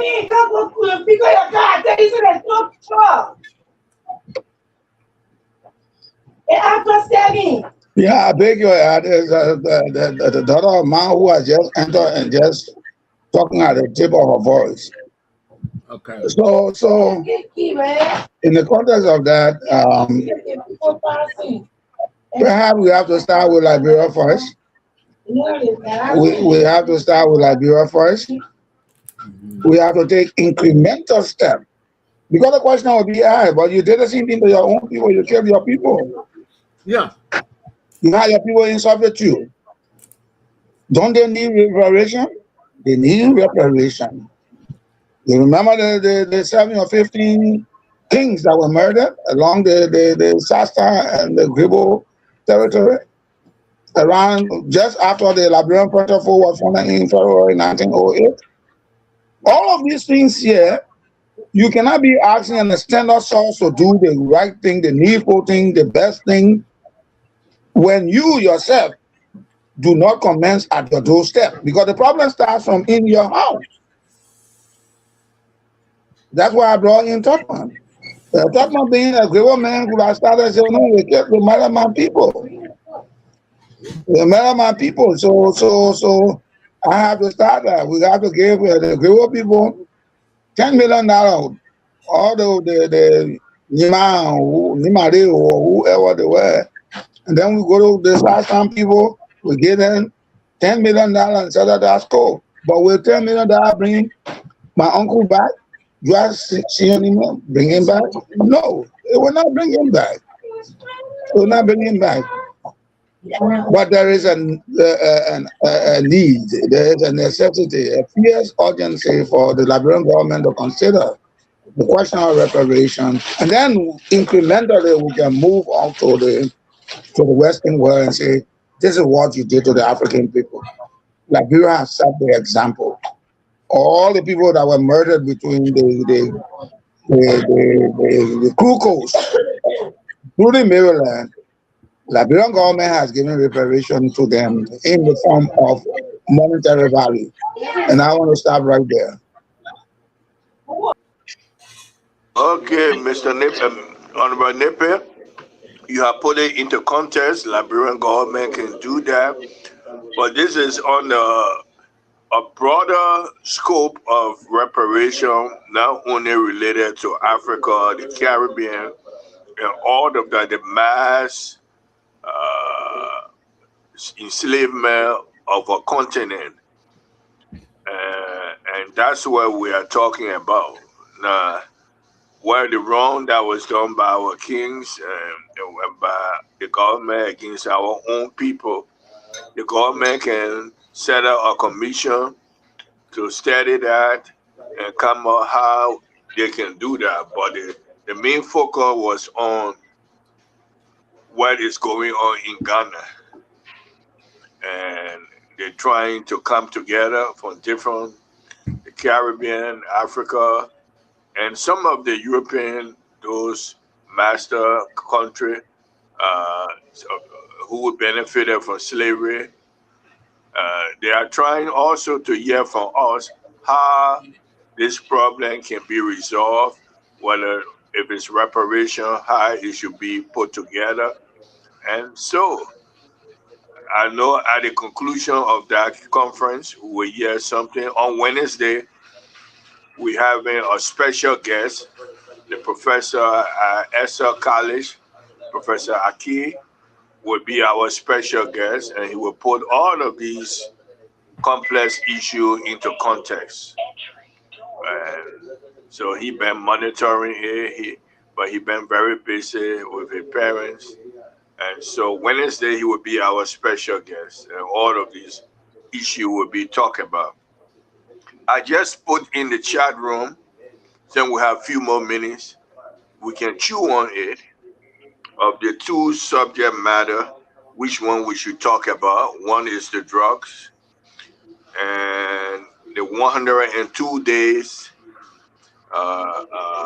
economist Samuel Jackson wife, late wife, having been buried yet, and he requesting the release of her body for burial. And those two subjects, we could talk about it or talk about one of interest. When you remember one time when I came on this show, we talked about Emmanuel Zion. Now, Frompe have put it in perspective, Emmanuel Zion and the opposition political party disputed the name Emmanuel Zion, but the Minister of Justice said that person was of interest. Now, the Emmanuel Zion now seems to be of interest. He might be alive because he's a different Emmanuel Zion when they went in the House of Representatives were confusing or say he was dead. So now we know Emmanuel Zion knew about that, the info of interest coming to reality. So let me tell you first about the bus drugs. If you look at it, you will see some of the people of interest. I know next week, the 30th, which will be next week,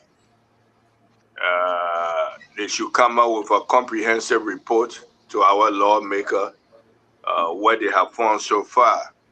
But just looking at what I know of now,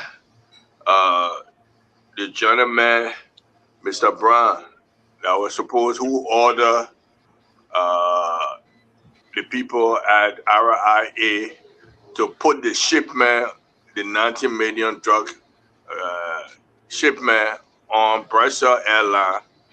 He was in China going through seminar, but we have learned he was not on the plane to come to Liberia. He had disappeared from that hotel, and his whereabouts is unknown. That's one key information I can report to you that we know of. And the other today from Pay Africa, who also broke that same story that the person was coming, they was to arrive in the country through Ethiopia Airline. It looked like that person have disappeared from the hotel or wherever they were stopping for the conference. So whether they stay there have been a request from the Liberian government to wherever Mr. Brown is in China or wherever, whoever hosting Mr. Brown, that they should turn him over. So we don't know whether we get information from that, whether he will be recalled. There is no extradition between Liberia and China, but they have a good working relationship, so we don't know how that will be done. Mr. Napier will touch on that. If you don't have extradition between two countries, two governments can still be friendly, like how China and Liberia friendly. You can bring that person, but that's just small part of the problem. Frontier Africa edition for tomorrow. Touch on it. It's in our chat room briefly. They put the names of people. Don't share the big name. People are saying, why you're not sharing the big name, one of the small names you are sharing. And it says, that Bishop Brown wanting the investigation. Don't just share some of the big name. But then they said the cargo handler throws bombshell in drugs bust case. Cocaine originated Paul King's house. And what is so fascinating, it said on Friday, June 5th, 2027, my boss, Arthur B. Abdullah, instructed me and Emmanuel Zion to take 6 boxes of cargo from Paul King House on the VP Road, to be shipped. Emmanuel Zion was there on Sunday. RIA security decided to do physical check and found the drugs in the cargo. Emmanuel Zion called me and informed me that the drugs were found in the cargo. I informed my boss, the man Arthur Abdullah, and he said, let them call Paul King because he is the shipper. And we did not know what was in the cargo when he sent us. Archie Nyamfor, person of interest under investigation with the investigator. So, Mr. Nipe, what you got from what I just read? You happen to have some national security or security background. What I have just stated to you, what can you make of it with the investigation? How is it going?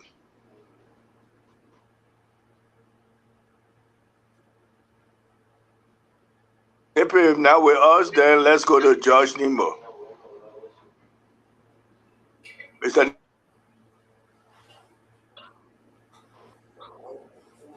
George Nemo, are you with us?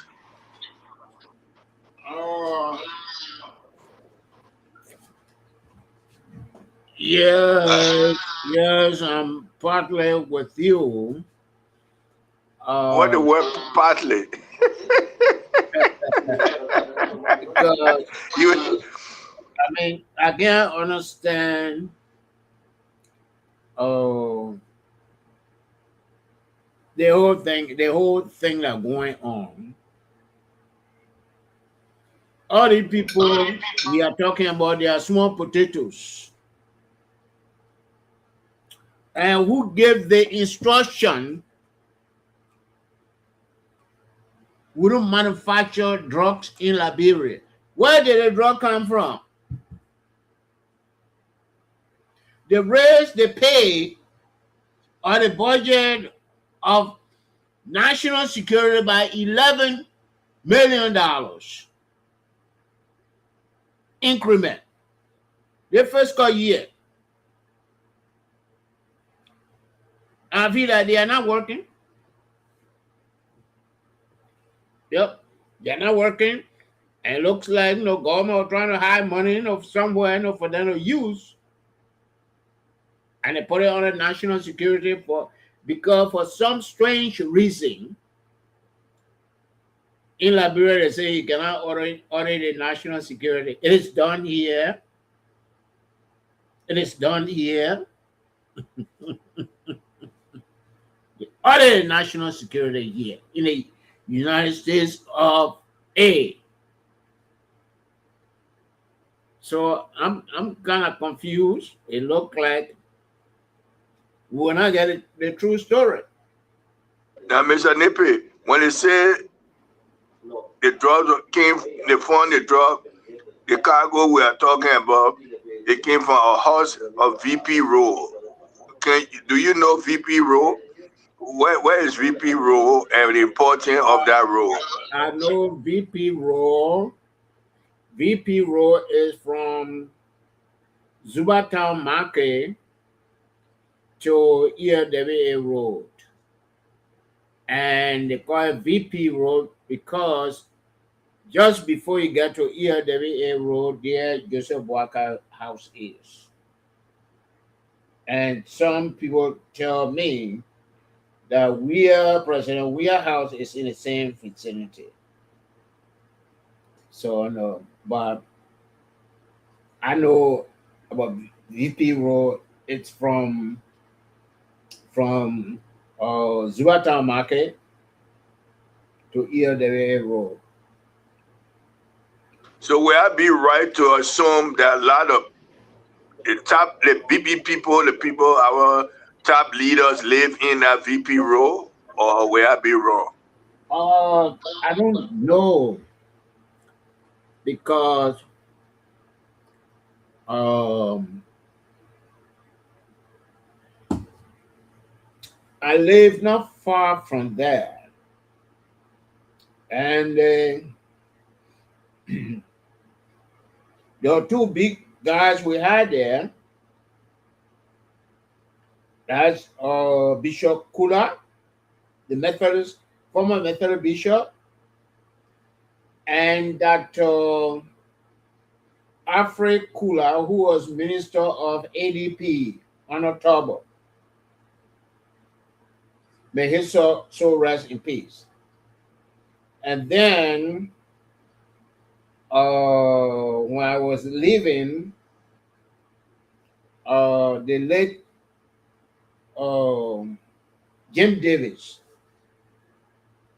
one day I bought a Stubberfield house, Weber Stubberfield house in Zubatown there, but the Jim Davis man passed away, this current year. So I mean,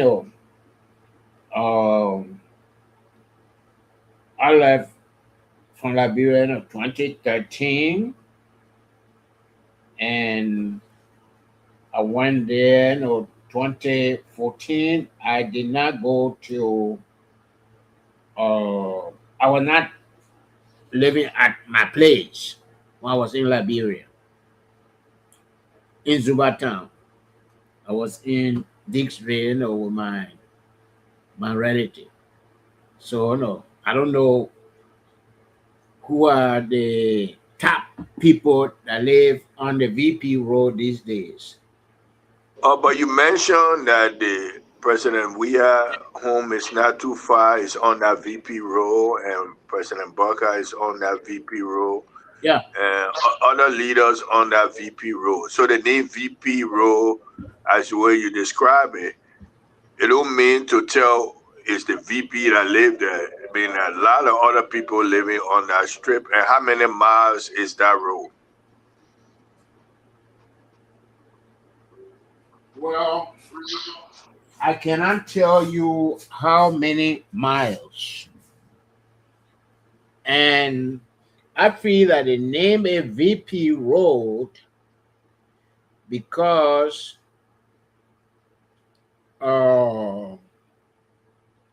Vice President Vice President Walker lived there. The name is VP Road during early time. Some people call it Rehab Road because the rehab is around that area, closer to ELWA Road.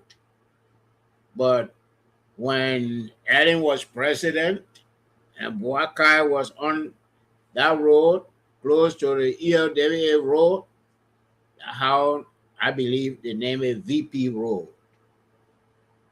And as I said earlier, I don't know how many government officials live there. So no. We'll do our research. And with respect to the distance, I do not know. Maybe 3 to 4 miles from Zubatown Market to ELWA Road. Yeah, or 3 to 4 miles. Do you know that I just forgot his name, but he a lawmaker in the House. You remember he made a statement that he about winning the Capitol, and people call him for questioning. And the reason I want to remember his name, because he's the same person who said Emmanuel Zion is dead when the Minister of Justice was Safoko. Yeah, Safoko, that's him. Yeah. He said, and then the Minister of Justice said, there's possible it could be Sarah Emmanuel Zia, maybe not the one you're talking about, but we just he a person of interest. Now we know Emmanuel Zia is alive. Let Safoko come and tell us which Emmanuel Zia is dead. Let him come and say it.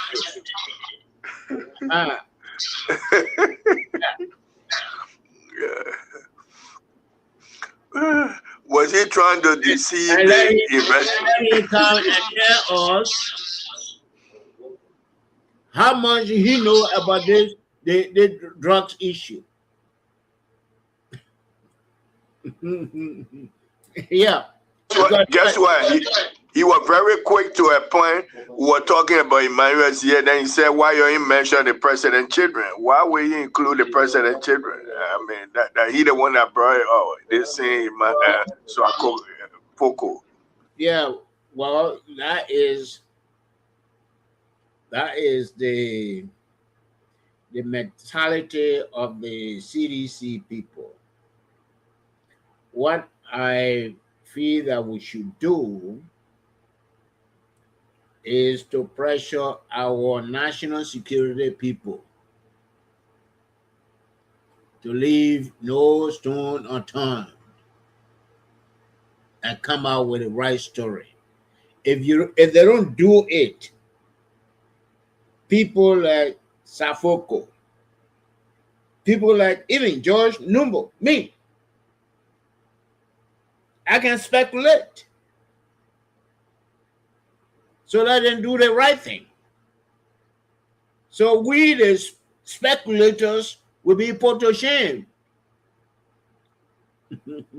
Yeah, that's what I feel. Let's go to this story. I know which one you prefer. The one with former economist Sam Jackson requesting the release of his wife versus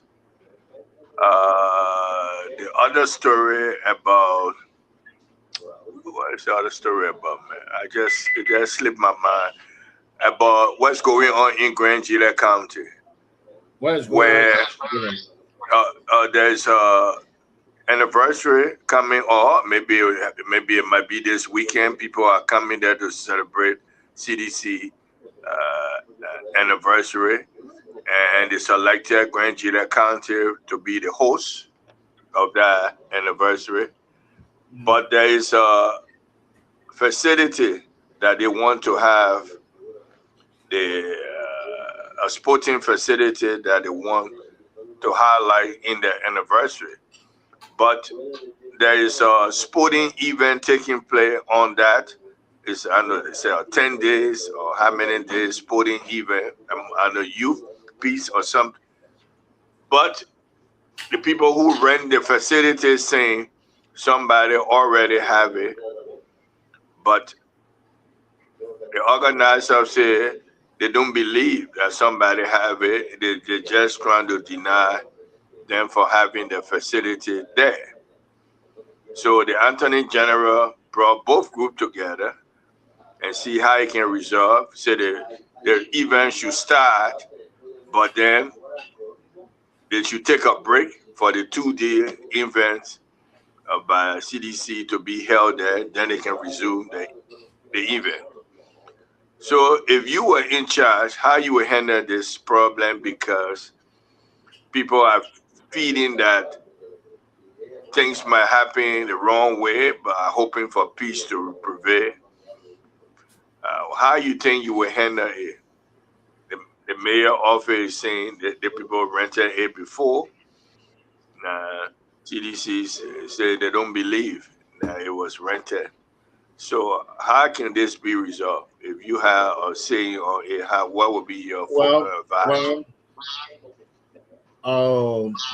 We have to be strict. If the mayor said that people rented before CDC came out with their plan, let the mayor show the document. I mean, I don't want to be partial here. If somebody, George Numbo, is renting a place, and we signed that document last year, June, for the same time, let the mayor show the document. Otherwise, let him give it to CDC. I mean, some of these structures, they are public structures. And our people continue to bring politics in them. I remember, I think it was Yeke Kobar and Commerce, they were to have a game at the Harper Stadium, and they said it was being used. And they wanted a game in Plebo, and they said, the place was being used. Does not make any sense to me.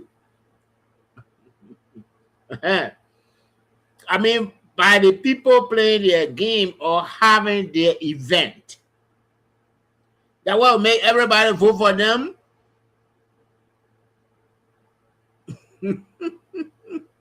So no, what they're doing, what they are doing in our country does not make sense. Doesn't make sense to me. Yeah.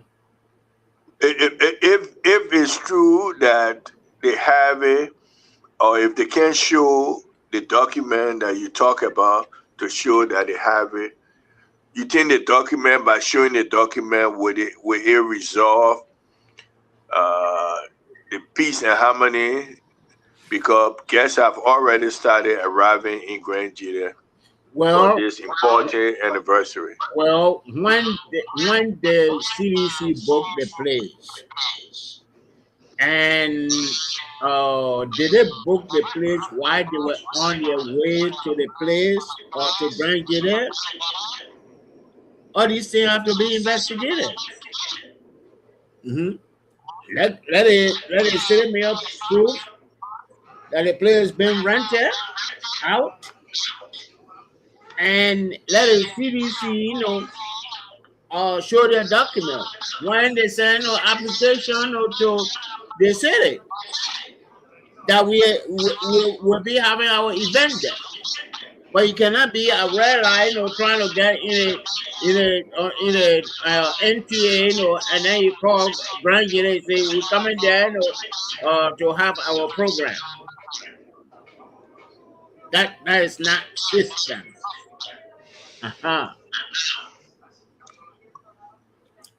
So that's what I feel.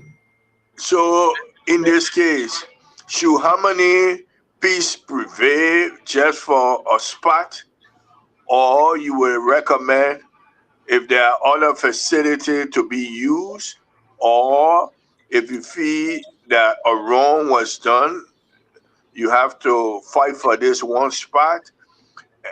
What way will you? Because I was saying this morning on the radio, sometimes you might have the right, but you might lose the message. Sometimes you waive it and focus on your message. What do you think? Was that right in that advice?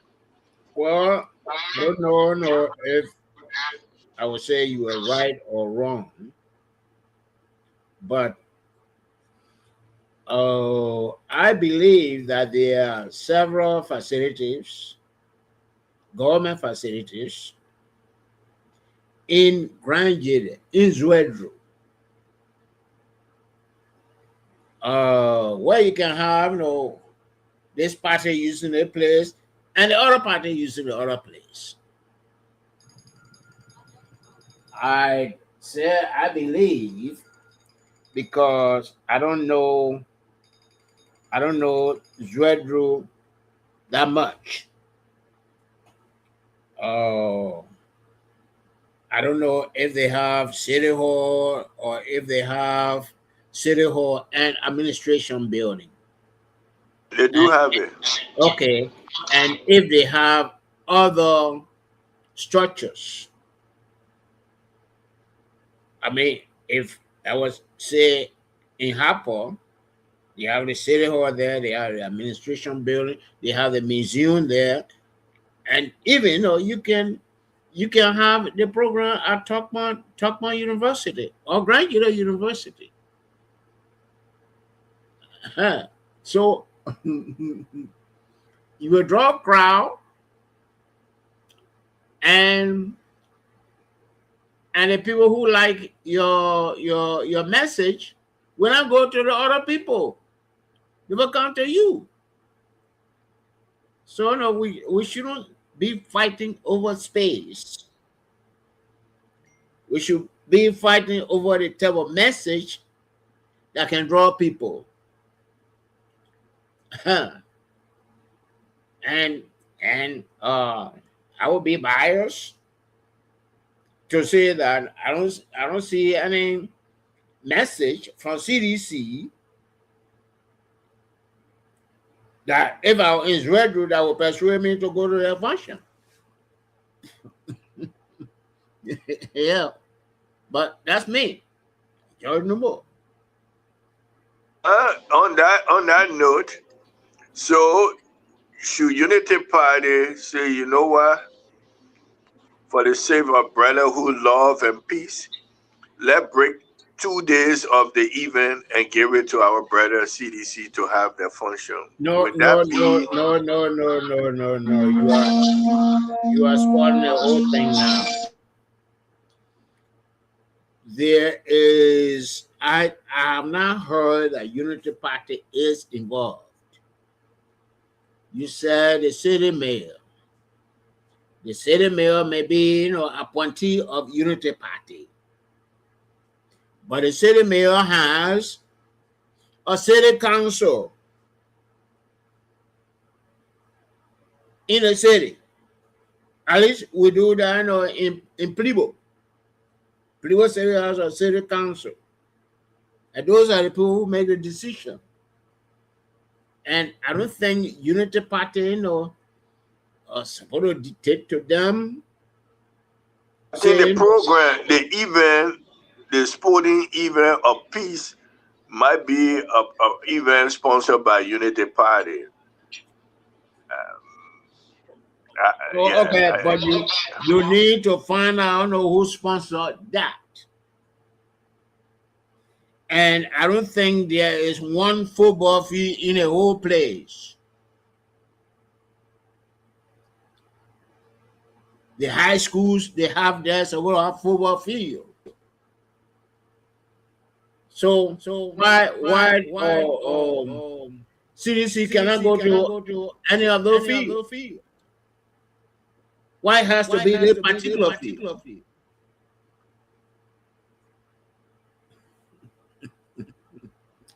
Not to answer that, not knowing the fact, but it might be the capacity. the capacity.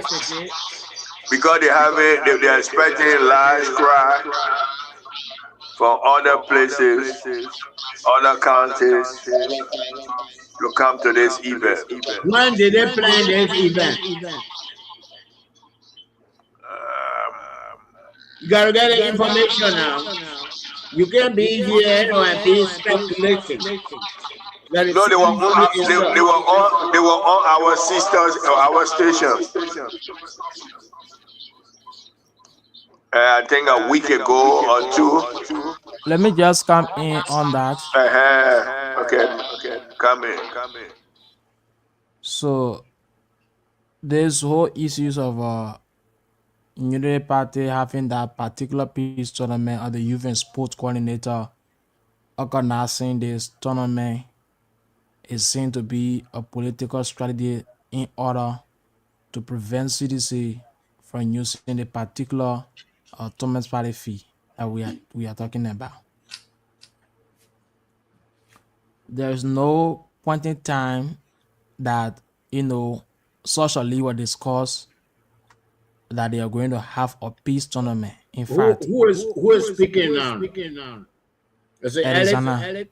Yeah. Okay. There is no Are point you in time. speaking for yourself or are you speaking for I beg to differ? I am speaking a better differ. So it means that you are sure 100% of what you are saying. Of course. Okay. Go ahead. So there's no point in time, but maybe this or discuss or in a corner or in a street corner that we has generally even heard about this whole plan of having the peace tournament in a county. So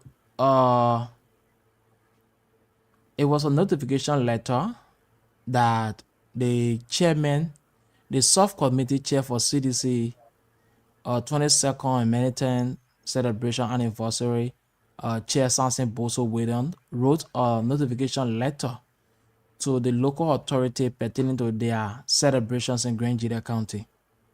But then in that particular letter, they never mention a specific venues to say we want to use the Thomas Palace fee or want to use the county fee or will be using the Georgia Motor Lecture fee or the city house. No. But they only notified them that their programs will be here in the county and they're asking the local authority to also help in the process of putting a security measure in place so they can help every one of them. Okay. Now, when the letter go to the city mayor, the first issue spark was rumors started saying that the city mayor refused to give the city house to CDC for their celebration. Later on, we get to know people started saying the Thomas Palace fee will not be used for their celebration. So it was the next days after the notification letter, they found a time to go at the fees there, which is the Thomas Palace fee right in front of the Thomas Palace itself, to start cleaning around that particular area. So while doing the cleaning up campaign, police went there and tried to intervene, invite them to the police station. So they carry on the SSI. And allegedly they accused Senator Zoe Manuel Peno of sending police, to stop them from using that particular fee. So they went there. It was later on discussed, and the chairman, which is Samson Boso Whedon, told us that both parties, even including the county attorney, other than starting a meeting, they discussed that CDC will be using the fee for their program, but that will be on the 26th and the 27th. Later on, we heard a county attorney on Smart Radio that he revised his statement and left with both parties to settle. Now, why in this process of the notification letter, like the Hula Balu was saying, CDC will not use the county, the palace fee, it was a time the youth and sport coordinator, Mr. Josh Dube, announced that there will be a peace tournament between the communities in Zwedru. And that peace tournament, it will take place at the same field that CDC are proposing to use, which is in front of the palace. Not too long, they posted that they get a confirmation from the city mayor that they are going to use a fee. That's what brought in the county attorney at first to try to settle. Okay, so saying your uses from the 22nd, because the 22nd, the people will be here. So saying your uses from the 22nd, the 26th, and 27th, you guys have to give it up. But then they call him and told him that he left with the both party, he left it. So as we speak, the tournament, the peace tournament commenced today. They are using the fee in front of Tomo Palace. So maybe CDC will go back in their achievements because they have to look at the people that they are bringing in county. Mind you, there are other old people that will be among them too. They have to strategize to say, okay, let's forget about the fee because why? In case we go there and noise come up. But this is how the process go. One of the things mainly from what we are looking at getting is it was back then during the election period. CDC, because of stage, they went into a heated argument with some of the supporters of the Unity Party, which of course during the same process we were able to ask LSDS Square what actually going on, of which they are not granted then the permission to use a fee, and other citizens started saying CDC has done it before by preventing them from using the fee. And then they were able to make it clear to the media that no, we only prevented them from using our stage.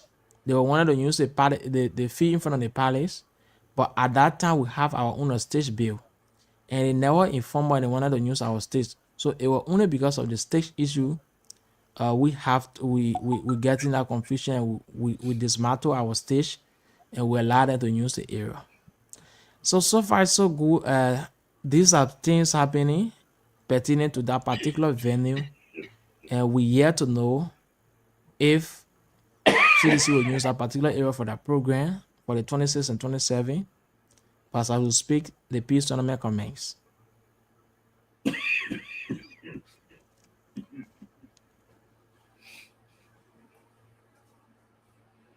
Tanimo, you heard where Ellie stated.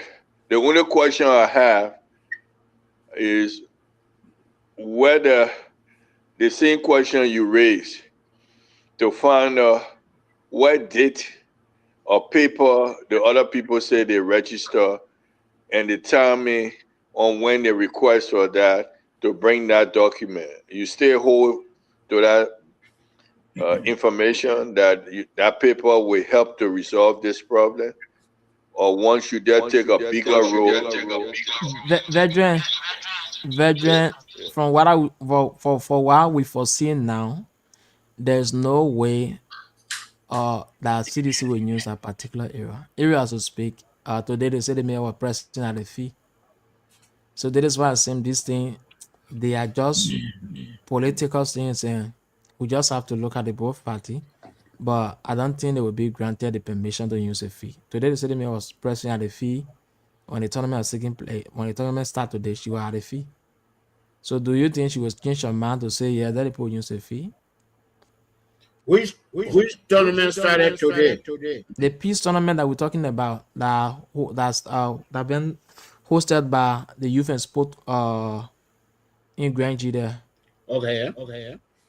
Yeah, it started today. Okay, and what is the CDC tournament called? Yeah. What is the name of the CDC tournament? No, CDC don't have a tournament. CDC having their 22nd anniversary militant day celebration in Grand G there. Oh, okay. Okay.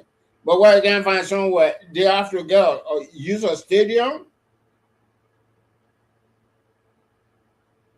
while we have the county fee also, and the sporting group cannot use the county fee or multilateral fee, and they accept the president to use the fee in front of the Palace. When the city mayor, the city mayor say CDC cannot have their event at any of the fields in Zwedru. Don't think that's the issue, Mr. There's no statement from her to say that, but CDC are proposing to use the fee in front of the Thomas Palace. That's all. Okay, but why CDC cannot change? Why they cannot change? They think they own Zwedru? So I mean, then what happened to confrontational? Mr. Nomo? I'm here. All right. You are not thinking about, for example, you are not thinking about going to Mr. Smith's house, and I thought about going to Mr. Smith's house. So you do not know. You do not know what they don't know of. You do not know who was the first. Mr. Smith, this is political. And this is political. You said here that they say the two parties should decide. It means CDC and the UP government. And you did not tell me what was the decision from the two parties. Who should use the field and who should not use the field? I think I told you here. I said, no, I come in. I think I told you here. So from the update we get from the CDC angle, the meeting that was held, they told them that was between the local authority, the county attorney, and the update we got out from them was they were given 2 days to use the fee because they are proposing to use the fee for 2 days. Now all of the activities are starting on the 22nd, which is tomorrow, the 23rd, starting at the Thomas Palace field. No, they got other activities that will take place. But then the 27th and the 26th and the 7th, that's the time they're going to use the fee in front of Thomas Palace. So according to them, when the county attorney came in, he tried to settle up between the both parties. Tell the neighbor, okay, send your start the youth and sport coordinator, send you guys starting your league on the 22nd. On the 26th and 27th, you give them the chance to use the fee for their program. And then right after, you continually go your own league is ending on the 30th. And later on, it was the same county superintendent, let me say, the county attorney on Smart Radio that say he retract his statement that the both parties settle it. So you get it clear now? Well, okay. I think you are confusing the whole thing more. No, then maybe you're not getting it. No, you are telling me what the CDC group is saying. You are not telling me what a unity party government or unity party group is saying. So no, you are here to vouch for CDC, which is not good for a station like I Beg to Differ or Top FM. It's not good. So for why you proposing that they should use a different fee? So are you supporting the unity party? Are you supporting them? Hold on. That's why from the get-go I ask you, are you speaking for yourself or are you speaking for I Beg to Differ or Top FM? And you say you were speaking for Top FM / I Beg to Differ. But I'm trying to get I'm on ground and I'm trying to tell you what is happening. Journalists has to get view from both sides. But you are telling me why you got from CDC side, which it's not palatable to me. What you are saying? Seriously. Yeah, but I mean, I heard a lot of things about journalists in Israel there, but I can't say it right here. I can call you and tell you. Your fellow, Nomo, how they look at you? you are not on ground telling us what is happening. I do not have to be on the ground to know what is happening. But I try to explain to you, and you so you saying why somebody who asked for the error first, and then no, I come in now. The people are the first to request for the error. No, you didn't say it. Why I don't say if I said the proposal and later on the people brought up peace tournament. So why else do you want me to say before you know that I'm saying the same thing? So I mean, your whole explanation. But I just explained to you that the letter the people sent to them. I can't be that Mr. Nomo. You not on ground. And I was trying to tell you that the letter they sent. It is true that citizens the co-chair, the sub-committee chair send a letter to the city mayor, but that particular letter didn't specify the particular venue they wanted to use. And that's why I say in my explanation. So well, I'm not backing them to say yes. This. Let's move on to another topic. Yeah. Think I live it. I can continue. And the disagreement, and that's why I volunteer peace to be the best way ahead for both the Unity Party and CDC, and let have peace in Grand Jita. But and one person be the bigger person and do what is right. I think that it would be better. Alex, I'm hearing the echoes. Do you mute yourself? Yeah. So I think that would be the best way forward, because guests coming in and guests don't want to hear who fights have the facility and why the guests want to go through the anniversary, want to enjoy, want to celebrate. So I think, as I stated this morning, I said the message and why they selected Grand Jita for this celebration, to me, that should be the most important thing, and if the message strong, like Mr. Nemo, you stated, and the purpose, it would draw people to that event, and regardless where facility they use.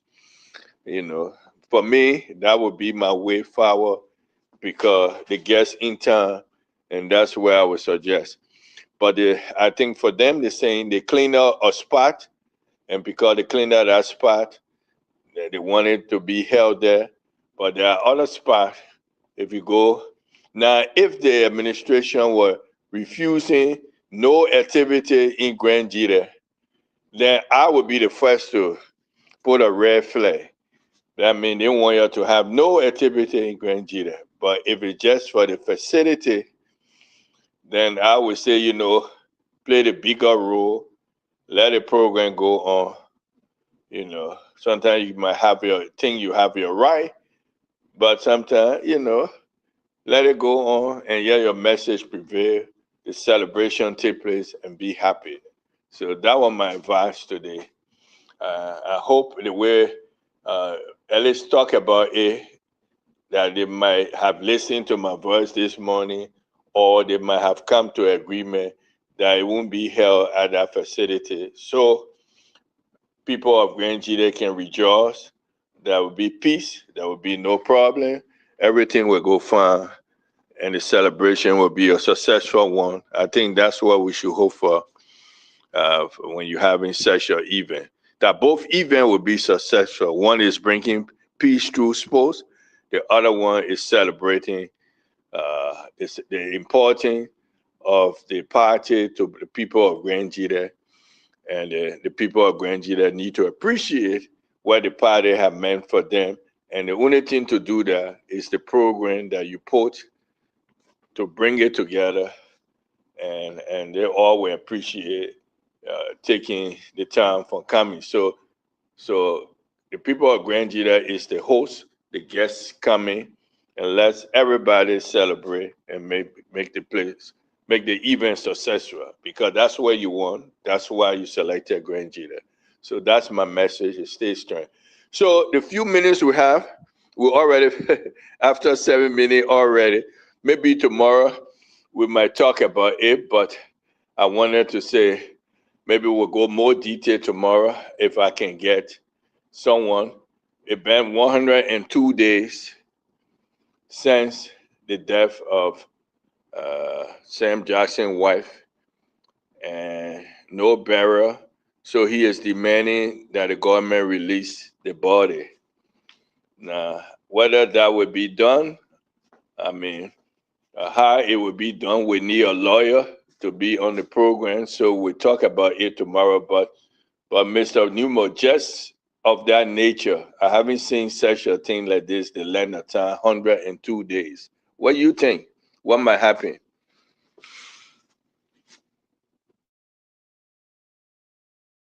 Mr. Newmo? Oh, okay, then give your parting statement because I'm not hearing you. Mr. Newmo? The case is in court. And I don't know why he is leaving the court to come outside and say, no, he had been blah, blah, blah, blah. I mean, this, I saw, the amount of food in front of him few weeks ago. So, he doesn't look like somebody who is weeping. And so I feel that we are to wait for the legal process. I don't know which autopsy the court threw out. I don't know. Maybe that's from his side, and so we have to wait until we exhaust all the efforts through the legal process. And for the parting statement, I feel that the situation in Grand Jita needs some attention. And I feel that on this show, we must have balanced reporting on the show here. And if you go and interview one side and want to use that to persuade us here, that will not cut it. So I feel that Top FN and I beg to therefore Nzwedru must do a better job. Thank you. Thank you very much, Mr. Nimbo. Thank you for all the callers that call in. We will anchor peace this weekend, the sporting activity, and also the event of CDC. All should be successful and peaceful because all is doing good for the people of Grand Jita. Through sports, you bring peace, and also celebrating your achievement in a country that means so much to you also will bring economic growth of the country. People will spend, the guests that come in will spend, they will appreciate the people of Grand Jita. So all good for the upliftment of Grand Jita. So both even successful, wish them successful in the country. Nobody should say one program better than the other. So both good events. One, help the youth, upgrade the skills of the youth. The other one, celebrate an organization that can bring upliftment to the people of the country. And all of them coming together to celebrate, to talk about the good, the bad, the ugly of an organization that's good, that's healthy in nature. So we appreciate that.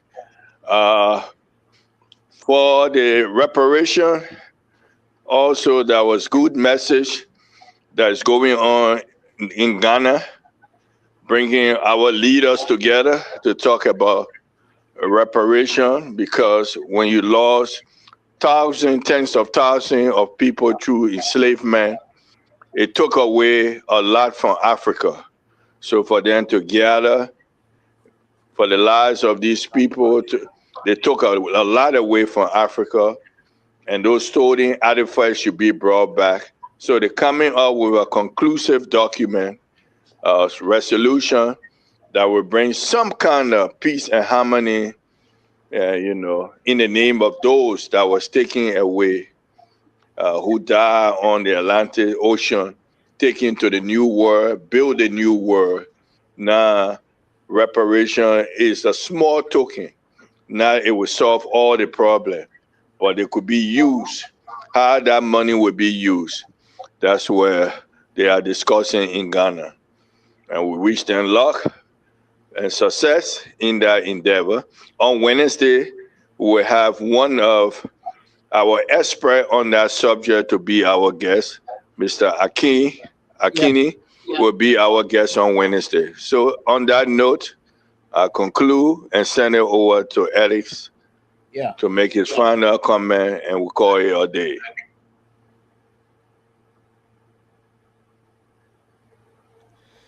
So thank you, Vedran Smith. Let me say thanks to all of the caller and listener, and also thanks to Mr. Nomo. So just to say this in short, if we come here on the show, we don't just come with maybe information that is not correct or whatsoever. I don't know whatever people may say about journalism in Grand Gila County, and I know in which way they may say it to you, but we do our best to get the actual information that's unfolding before coming to the public. So we are not one-sided to say, yes, we support this, and we don't support this one.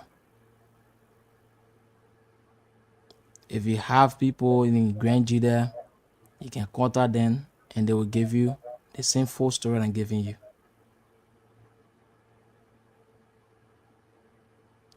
So let's just, it's not an argument I will feel like this, but if we come to show the fact that we run after, this as update we give to the people. Because you and Vedran was just like trying to, find out. That is why I decided to chip in with what's happening on the ground to give you update. So I'm not supporting CDC. I'm not a CDC journalist, but just trying to pass on the information on what is happening or what is going on the issues of the venue for their celebration. So thank you. We hope to meet tomorrow again on the show I Beg to Differ. Thank you. Thank you.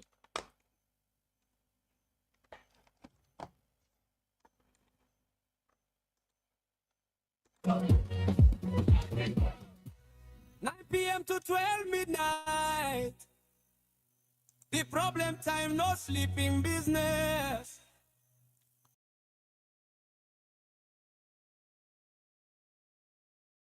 TOP FM